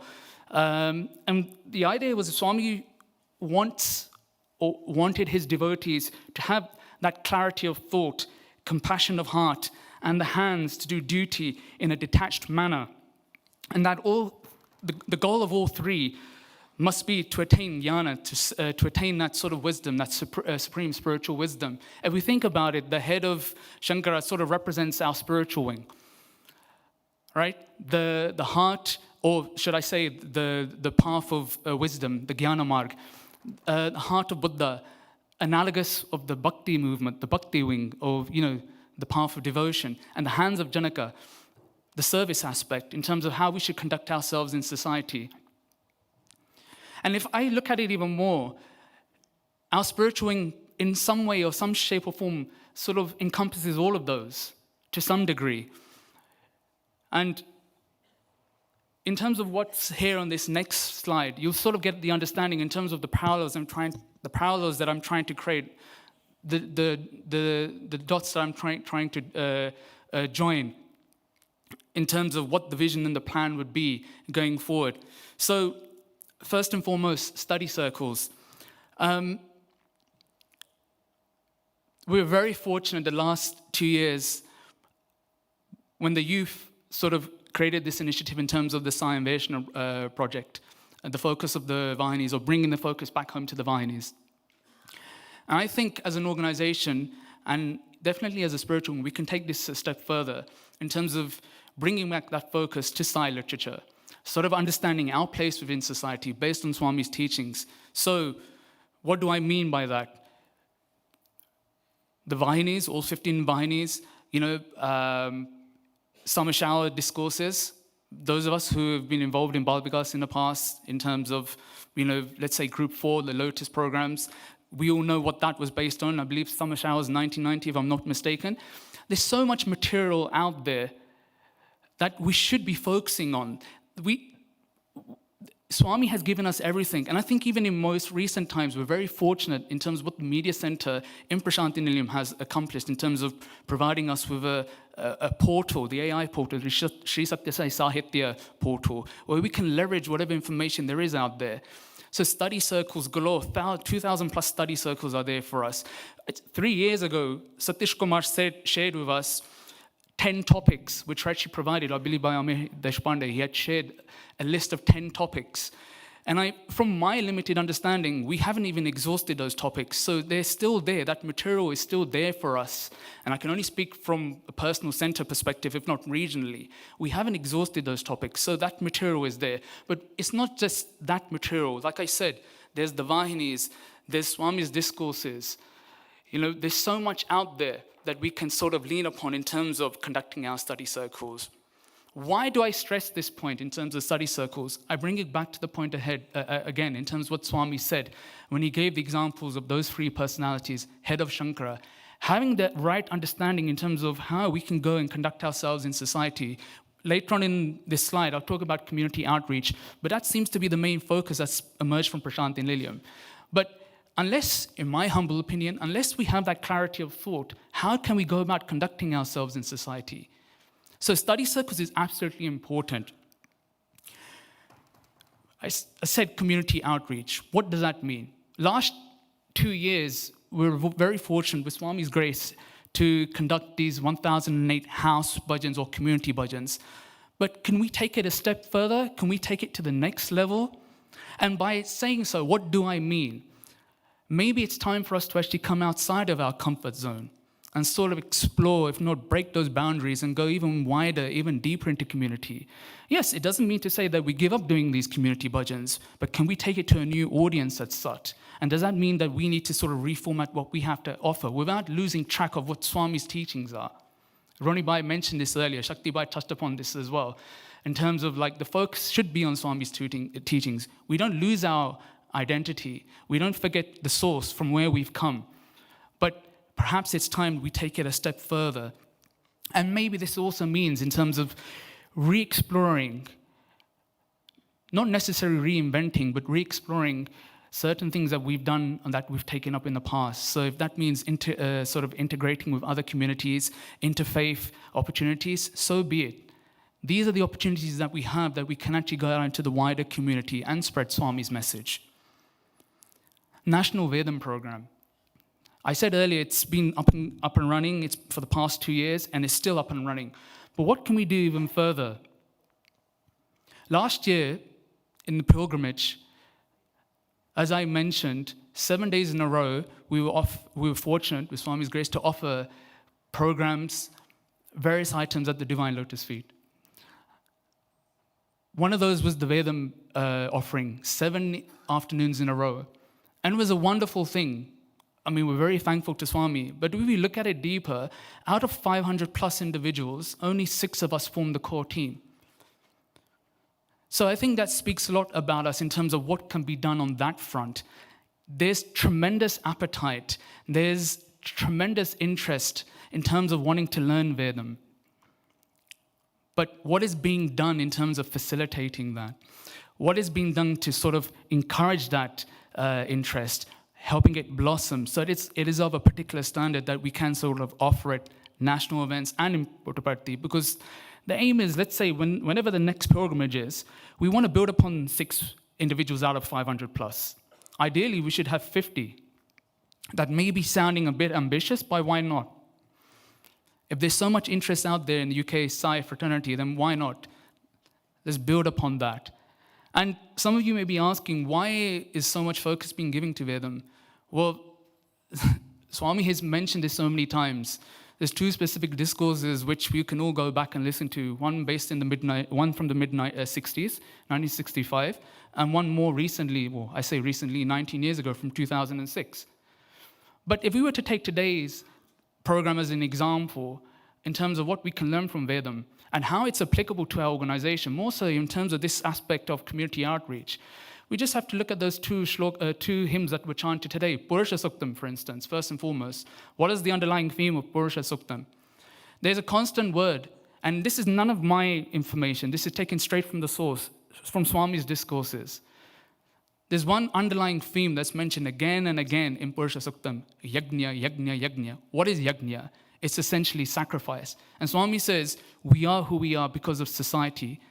Hence, we owe a great deal back to society. If that's not underlying community outreach, then tell me what it is. Those are the 3 main things I wanted to talk about, but that doesn't take away anything from the other aspects of the spiritual wing. Bhajans will be ongoing. Bhajans is the bread and butter of our organization. And as you can see there in the slides, obviously we continue to be functioning on that front when it comes to Sai Smran, Rudra Homam, a bhajan a week.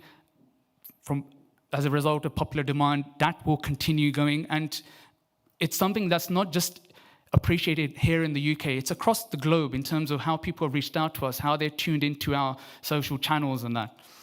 And lastly, I wanted to mention the topic of Vahini recordings. Speaking with a few individuals here in the UK as well as abroad in India, there seems to be a great appetite for this.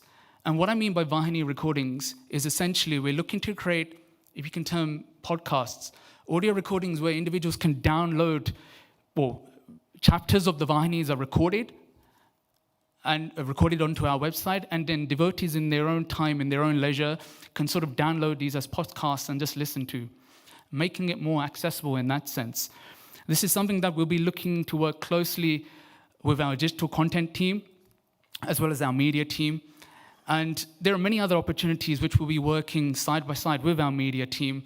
Examples we've seen last year in terms of the Rudra Homa miniseries, we'll be looking to create similar sort of content going forward this year, looking at other festivals, which are also celebrated in Prashanti Nilayam.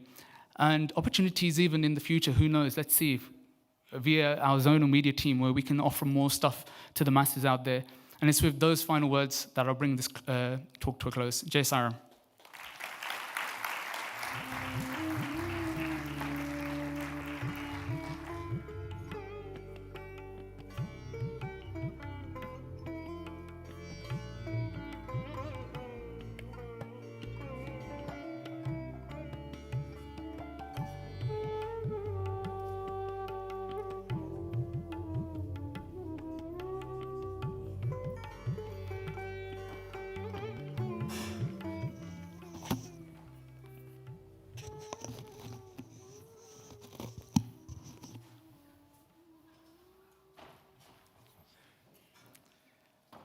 Om Shri Sai Ram. It's me again. This time with Sister Vasaki. We're going to talk firstly about introduce the Balvikas wing before handing off to the new joint national Balvikas coordinators. Do I control this?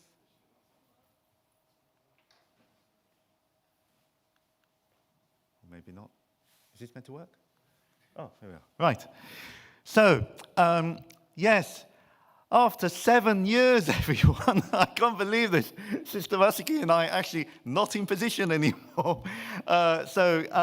We've got our 2 new joint national coordinators who will be coming and taking the stage in just a few moments. That's Sister Sujata and Sister Jaina. But as for the other regional coordinators, apart from one, I think on Sister Vasiki's behalf and mine, I just want to say thank you very much to them and their predecessors for having supported us in the National Balvikas Wing for over the course of the last 7 years. I think talking about the analogy of the minibus, this minibus analogy is going to carry on, you know that, yeah? So imagine the Balvikas minibus now, the Balvikas school bus. Right? Sister and I, we're taking turns at the wheel, but, you've got the other people there on that minibus. And, Sister Dina, Region 1, Sister Zarajini and Lena, Region 2, Sister Maya and Sister Sujana, Region 3, Sister Priya, Region 4, Sister Jyoti and Sister Gayatri, Region 5, Sister Madhuri, Region 6. We have a newcomer, Sister Rita from Region 7. Brother Paresh was her predecessor. And we still have Sister Rupa at Region 8. So that's the team supporting the Balvikas Wing going forward. And looking back in 2025, you saw on the video there before we had National Ishwama Day. A lovely day. To mark the centenary, the sunshine was on our side, and we had the children actually play outside. Oh, they loved it. They loved it. I gave a lift to one kid there and back, and there wasn't nobody else in her centre that she knew about. So she was there on her own from the centre. I said, well, how did you like it? And she said, oh, I loved it. And she said, we were just out there playing and doing all the games and everything. So the fact that she was there on her own and she didn't know others from her class, from her centre, it didn't matter to her. So there you are, plug, National Ishwama Day this year. Make sure your kids turn up. They will love it, even if you're not so sure. We continue to have national exams and the projects. We, as usual, probably, 60, 80 plus submissions around the country. So well done for those centres to keep persevering with those. And of course, the Balvikas children play always a very important part in regional and local programs as well as the national ones. And Sister Vasky will now start talking about the national ones. Thank you. Sairam, everyone. First of all, I need to say a big thank you to Brother Ronnie for traveling with me for the last 7 years.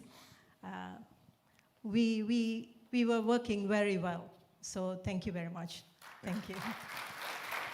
And thank you to you too. Thank you. It's an end of an era for me, and he's carrying on. So all the best wishes.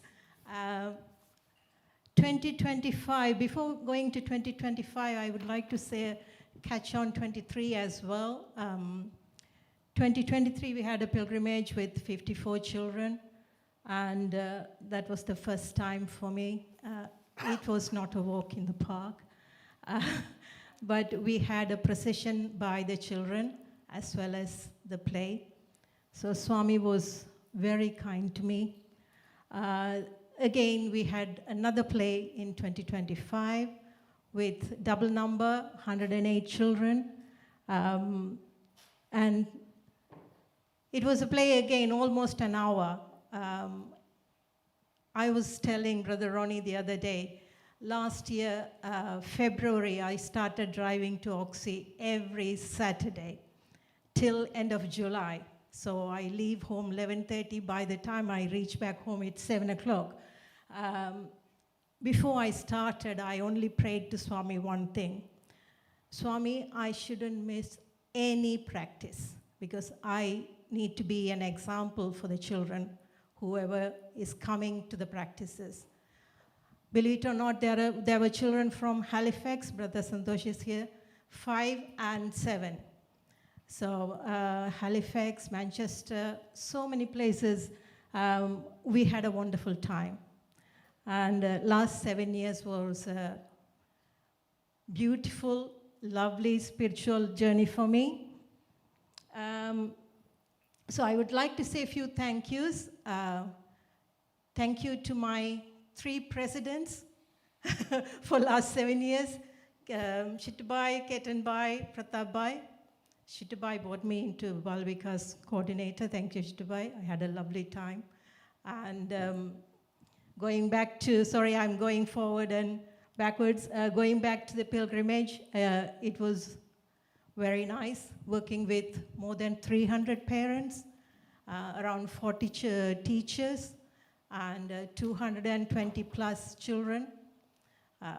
It was not easy, but with His grace, it all happened like a magic.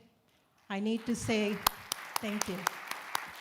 I need to say a big thank you to the media team who was working with us 1 a.m., 2 a.m. throughout the pilgrimage practices and producing excellent video coverage for the slides and backdrops.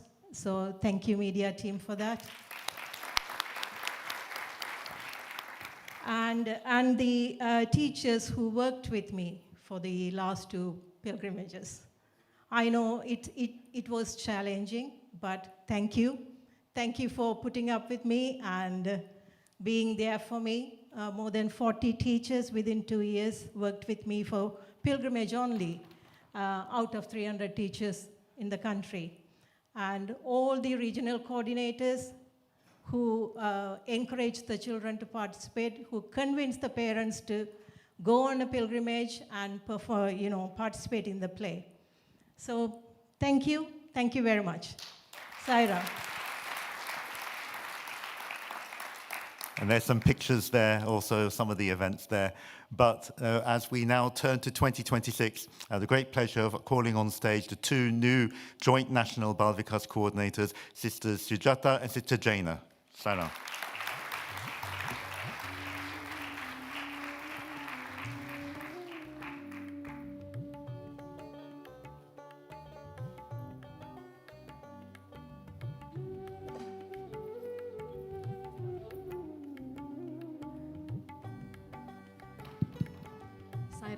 Can you hear me? I really don't like to be here. I like to be there. But I think Swami put me here. And since he put me here, I've been fighting with him. And Swami given me the answer today through Brother Chitu that for moksha. So I'm like, okay, great, Swami. This is the pathway to moksha. And to follow those 3 things you've said, watch the ego, surrender to Swami, and have absolute faith in Swami. I think the 2 I have, 100% surrender and faith, but ego will pop up, so have to watch out that. First of all, I really would like to say a big thank you to Vasuhi and Brother Ronnie. I think they've done a fantastic job, 7 years. And for me and Jaina to fill that shoes, it's going to be challenging, but we got Swami, so he would just have a journey with us. So grateful. Second thing is for Ronnie Bai, I think next handover, you and me going to have training on how to stand here and talk like you. That's the next handover we are doing. We're just going to focus on what we, I think, can you move the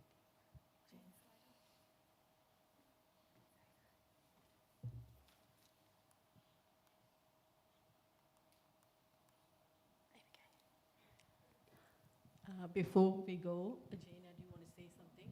Then we'll start. Sorry, everybody. We've got big shoes to fill. Thank you, Brother Ronnie and Sister Vasuki, respected elders, sisters and brothers, Jai Sairam.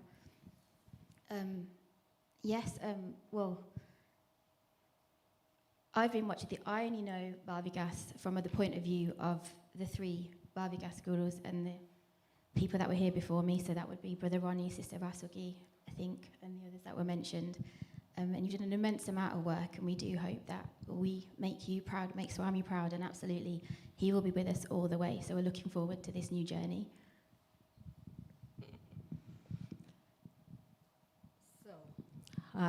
Let's talk about the NED. So the National Ishwarama Day, myself and Jaina came up with the theme, gratitude. I think let's just face it, all of us are here on a rainy day, just coming here and being here because we are so grateful to Swami. Swami touched us in many ways, and I think his pure love touched us. And that's why we are here. Otherwise, we'll be having something else at home. or going somewhere, enjoying our life. But we enjoy here because the gratitude we have for Swami. So we were talking about what theme to come up, and Jaina came up with a great idea. She said, how about gratitude? Because I was sharing her. I think we expressed our gratitude to Swami for being in our life. That's our first meeting. So then she said, why not we come up with gratitude? I think if you think about it, every day we wake up, we just think about what's not happened in our life.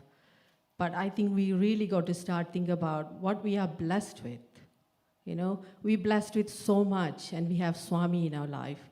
And I think that's the habit we should instill in the young children's heart from young age, that they should be so grateful for what they have, especially Balvikas. I think Balvikas is Swami's divine blessing, and they should really have that feeling inside them. So that's why we came up with the theme gratitude. And with that, I think we thought doing a video would be fantastic, because then they have to really reflect before talking about it. If they have to write a poem or if they have to write something, they probably have to do it, look at it on internet and come up with it. But they have to talk about it. So it will really touch their heart, so they will express their gratitude to Swami. That'd be a great offering. So that's what we came up with the video. And other 3 activities come with that is they could just do from now on until near to Ishwarama Day, 3 activities we came up with, which is gratitude tree. So they can sketch a tree and they can start writing what they are grateful for, and they can create like a growing tree with each leaves on the gratitude. Or gratitude chain, come up with something they're grateful every day, create a chain, they can decorate their altars, or bring it for the National Ishwarama Day and they can decorate as well the altar. The last one for the little children, where they can do a handprints, and then they can write in each fingers what they are grateful for, and that's something the parents and the teachers can do. It will be a fun activity. So I think let's just instill that gratitude for the children, not only for Swami, for everything in their life.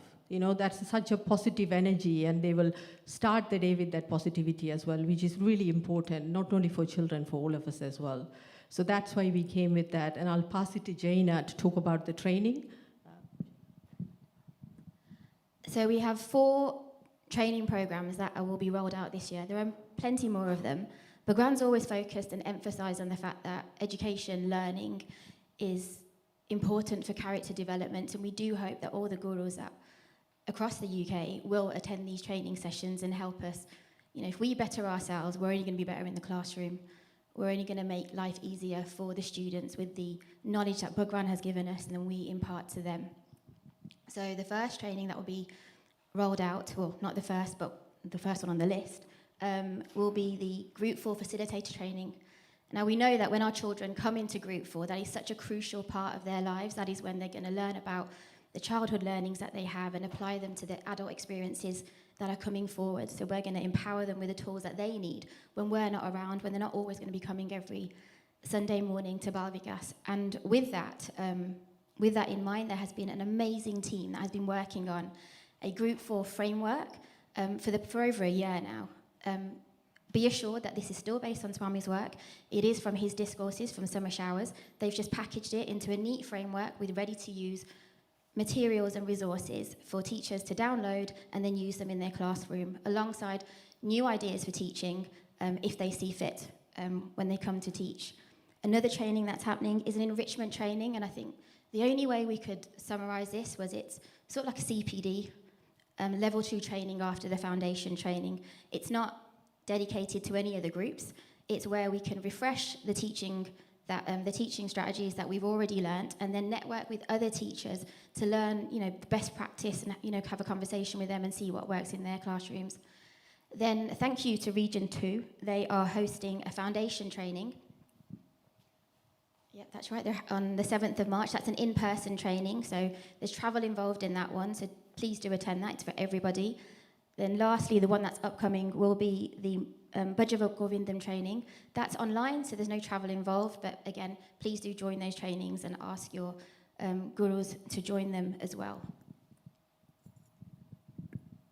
Thank you, Jaina.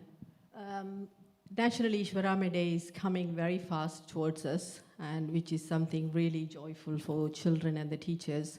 So we will be working with the regional coordinators to coming, organizing the offering for Swami. And in the meantime, can I please ask all the regional coordinators to come forward, please, so then, without you, we can't function. So can I please ask all the regional coordinators to come forward here, please?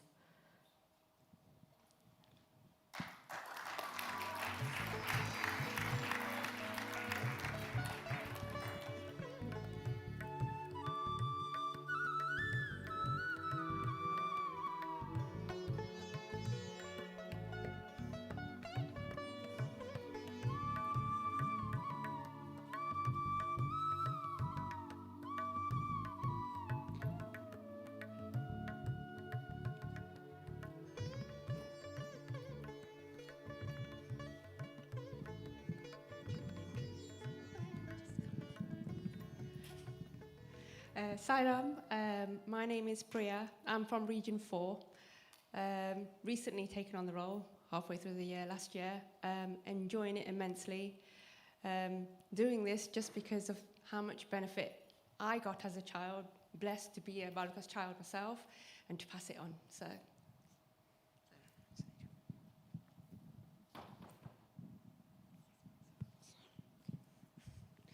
Sairam, myself Maya. I am the Region 3 Joint Balvikas coordinator. My other coordinator is not here. She's absent. Because all of your support, we are working. That's it. Thank you. Sairam, I'm Leena Patel. I'm Region 2 Joint Coordinator. Rajni is not here. I think she's going to join us later. Excited to be on this journey. Sairam. Sairam, thank you so much. I think first thing Ronnie said to me, you only have a national coordinator name, but everything done by regional and center coordinators. So thank you so much. So the last bullet point was just moved on, but our vision. So we just literally probably taken over. I take this role 3 weeks ago, but me and Jaina have passion for one thing, to have this awareness. The first objective Shakti had, the creating awareness for Swami's teaching. So I think the main thing we did the video is to do with that. So the video can be used to create awareness later on in centers. The children videos will be hopefully played in centers and bring more Balvikas children to the centers. That's going to be our focus, because I think Swami's teaching is eternal. It's just not for that one birth. It will go with the children for many births, because it touches the soul. So I think we'll focus on that, bringing many children. That will be our focus going forward, and creating plans towards that.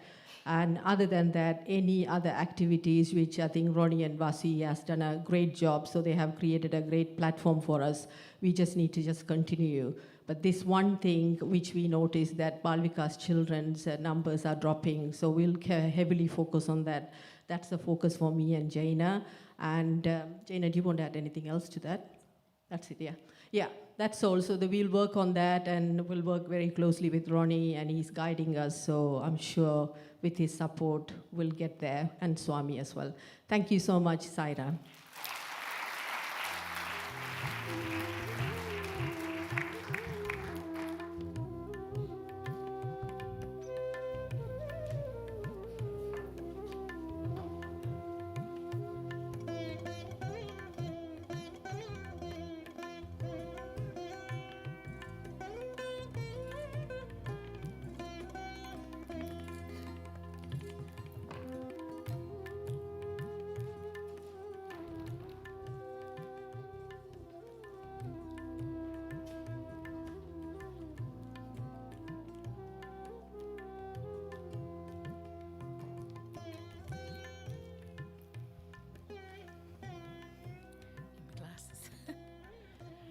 Hello, Sairam, and may I offer my sincerest humble pranams to Sai Baba and Vedam. Thank you. And I think to say, first of all, hello. I think a lot of you probably haven't met me. I actually did come to some events many years ago, around 2008, 9 or 10. But since then, I kind of gone off and done my own thing. But my passion has always been the human values. So here I find myself now back in what I can honestly say is an incredible organisation. I've worked with many different organisations. My background, for those of you who don't know me, is I am a lecturer at the University of Aberdeen in the School of Education. So I've been working a lot with teachers. And this is sorry, I don't know why I'm so nervous all of a sudden. It's something I do all the time. So bear with me. I think it's the enormity of the role, and my passion for the human values really makes me quite emotional and appreciative of this wonderful organisation. And I can say that because I've really been outside the organisation for quite a while. And so coming back into it is really heartwarming to see the kindness and the awareness and the focus on the connection of people. So that said, let's move on and see the ideas that I bring with me. And I think Swami has brought me to this point, and I hope that what I can offer is the experiences that he's provided for me in my life. In the last 9 years, I've been really focused on training teachers and working on an MSc in mindfulness, which mindfulness is one of those big words, very much well known, but I know that what Swami's teachings offer with EHV is so, so much more than that. And I've seen the impact of mindfulness, and I think what we can offer now is something much deeper and something that's really needed.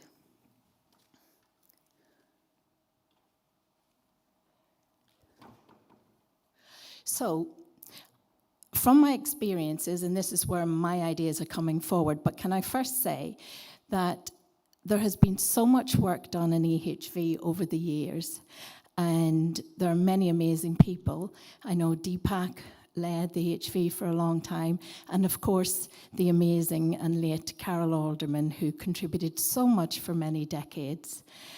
And I think now in society, we could take all of those resources, all of those ideas, but I think we need to apply them in a slightly different way. I think from what I've seen, there is a huge need in people to connect and to come together. And I find that a lot with mindfulness, that we have students from all over the world, from all of different backgrounds, but what brings them to that particular course is a deeper yearning for something, mostly peace of mind. And I think EHV, if we can present it to the whole population in a way that meets their needs, will really give them something that they're yearning for. And I think it will bring us together. And I think for me, it was the gift of coming into Swami's presence, was discovering EHV, and that's always been my kind of focus. So I think the world is at a very difficult stage, and I think I see from many people I meet that the uncertainty, and we know psychologically uncertainty creates a lot of stress, and uncertainty is very difficult to deal with. So we need to find a core inside ourselves to hold us through that and keep us confident, keep us peaceful. And that core will come from EHV. It'll give us a really strong inner core. The faith of whatever faith we have can be enhanced by EHV. I once worked with a school in Ireland, a Catholic school, and they, as I mentioned, I think once before, the faith element of that was enhanced by EHV. So it's for everybody, as we know, talking to the converted. But I think finding the inner peace and finding that mental resilience. So mental health is one of the big issues we have right now, and spirituality offers a lot for mental well-being, and there is a lot of research in terms of what spirituality can bring to mental well-being. So I think what we can offer now is a way of really presenting EHV in a way that meets the needs of what people really need right now. And in an uncertain world and in somewhat chaos at times, people need to find an inner peace and an inner focus and an inner strength. So I'm suggesting, and I think there are many people with many great ideas, and I hope we can all come together. I hope we can build on the resources that we already have. We might need to reorientate them somewhat towards meeting those needs, but I think well-being and inclusion are the two big needs of the society today. So I think if we can, rather than focus on EHV as EHV, but if we can take the contents of EHV, the benefits, the strength that it offers and the wisdom, and take that out to people and present it in terms of we can meet their needs for mental, particularly mental and emotional well-being, and also for inclusion, because in the classrooms today, the level of diversity is huge, culturally. All sorts of different diverse children are coming into the classroom. Of course, we've got the neurodivergent. So there's a lot of need to bring people together. And I think bringing people together through the human values is a wonderful way of providing that connection and providing that inclusive approach. So the idea at the minute is to focus on well-being and inclusion and integrating the human values into those two areas, and then bringing that out to perhaps teachers, adults, parents, etc., so that we can meet them where they're at, give them what they need. My experience from working with mindfulness is we run a course which is both academic and experiential, and it's the experiential learning which actually impacts people the most. We can talk about topics for a long time, but actually it's the experiential learning which will really catch people's hearts. So I think the other big part of the EHV is connecting to your heart, and I think that's what we can offer people, because that's where they're going to find their core strength, turning inwards, resting into their hearts, and then coming out into the world. We're moving into the AI world. A friend of mine out in Puttaparthi said we need to put the Psi into AI, and I think EHV is a really good way to do that.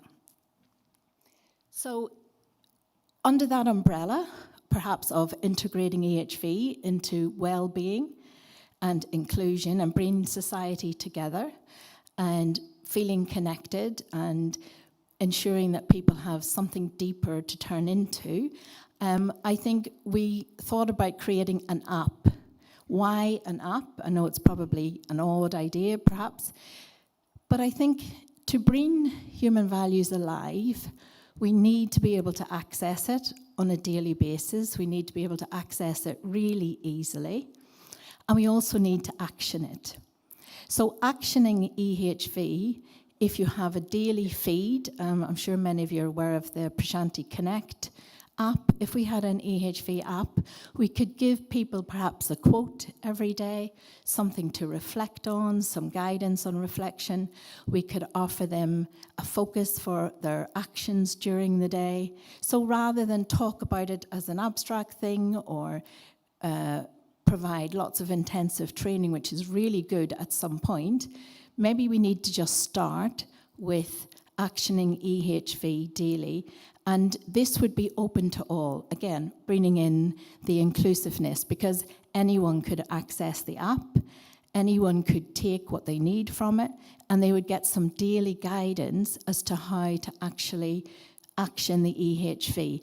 And then, I'm sure they'll be very interested, after a time, when they feel the transformation, then they probably want to know a lot more about EHV, and of course Swami's teachings, and move deeper and broader, perhaps throughout the organisation. But I think for someone in the community, providing a tool which will actually impact their daily life and give them something really positive it's very helpful, is a really nice, easy way, and it's a very big service opportunity for us, not just serving in very many physical ways, but serving the well-being of society. So the idea is to have different groups, perhaps eventually if we have an app that's open to all, maybe we could then develop resources which would address adults and youth, certainly parents and teachers. There's many, many resources that we could perhaps bring on into the app to provide lesson plans and opportunities to bring it into the classroom. And then also to really look at the children and what they can offer. Now, there's one other area, and I don't know if Keith is here. Is Keith Bamfield still here?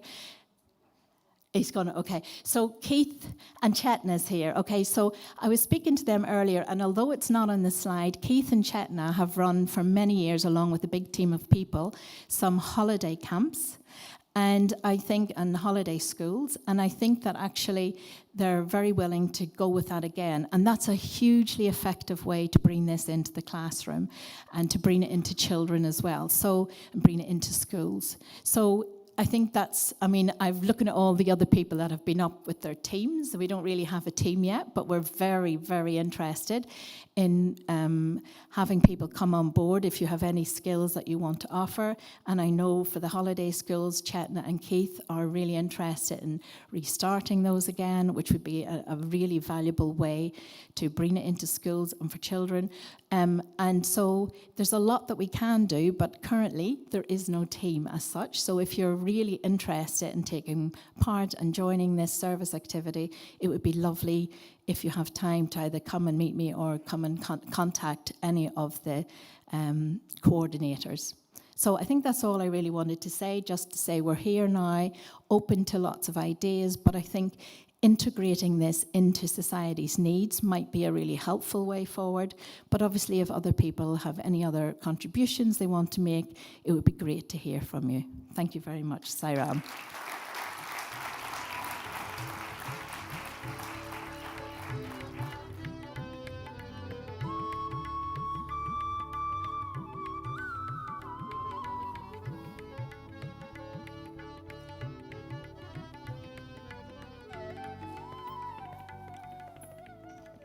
Offering my love and gratitude to Bhagwan Sri Sathya Sai Baba. Dearest elders, brothers and sisters, Jai Sai Ram. Thank you to our wing coordinators from the spiritual wing and the Balvikas wing, including the education and human values strand, for those lovely updates. And we've got so much to look forward to in the coming year. We will have the remainder of our talks this afternoon. So, a very important and interactive part of the National Office Bearers and Active Workers Conference are the workshops, because as well as an opportunity to meet other office bearers and discuss topics which are significant to our roles, it's an opportunity for us to reflect and get ready for the upcoming year. So today we're going to have two workshops, the first on spiritual balance and the second on thinking of the future of our organisation. Each of you have a number on your badge. Well, most of you do. Those of you who have a handwritten badge, you won't have a number. But those of you who have a number on your badge, that's your workshop room that you're going to. And we do have a couple of us stood in the corridor to direct you to the workshops. But basically, the way that you came into the building today, you're going to you'd be turning right to go towards the workshop rooms, and your facilitators are looking forward to seeing you there. Those of you who don't have a number, we will direct you to the correct room. Please go only to your assigned workshop. Don't go with your friends, because we want you to meet new devotees and new office bearers. So we've got a good mixture of office bearers from different wings, of different ages, so please do respect that and go to the workshop you've been assigned.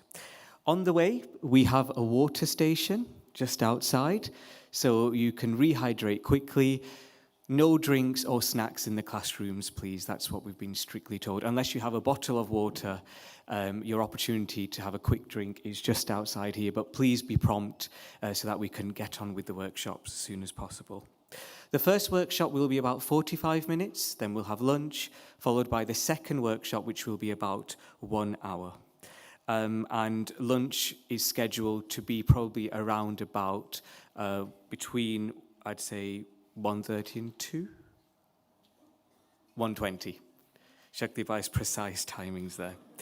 Now, after lunch, please promptly head back to the same workshop room. You are going to be in the same workshops with the same facilitators. So please promptly head back so we can start sharply this afternoon again. During the workshops, please ensure your phones are on silent and put away so you can all focus on the workshop itself.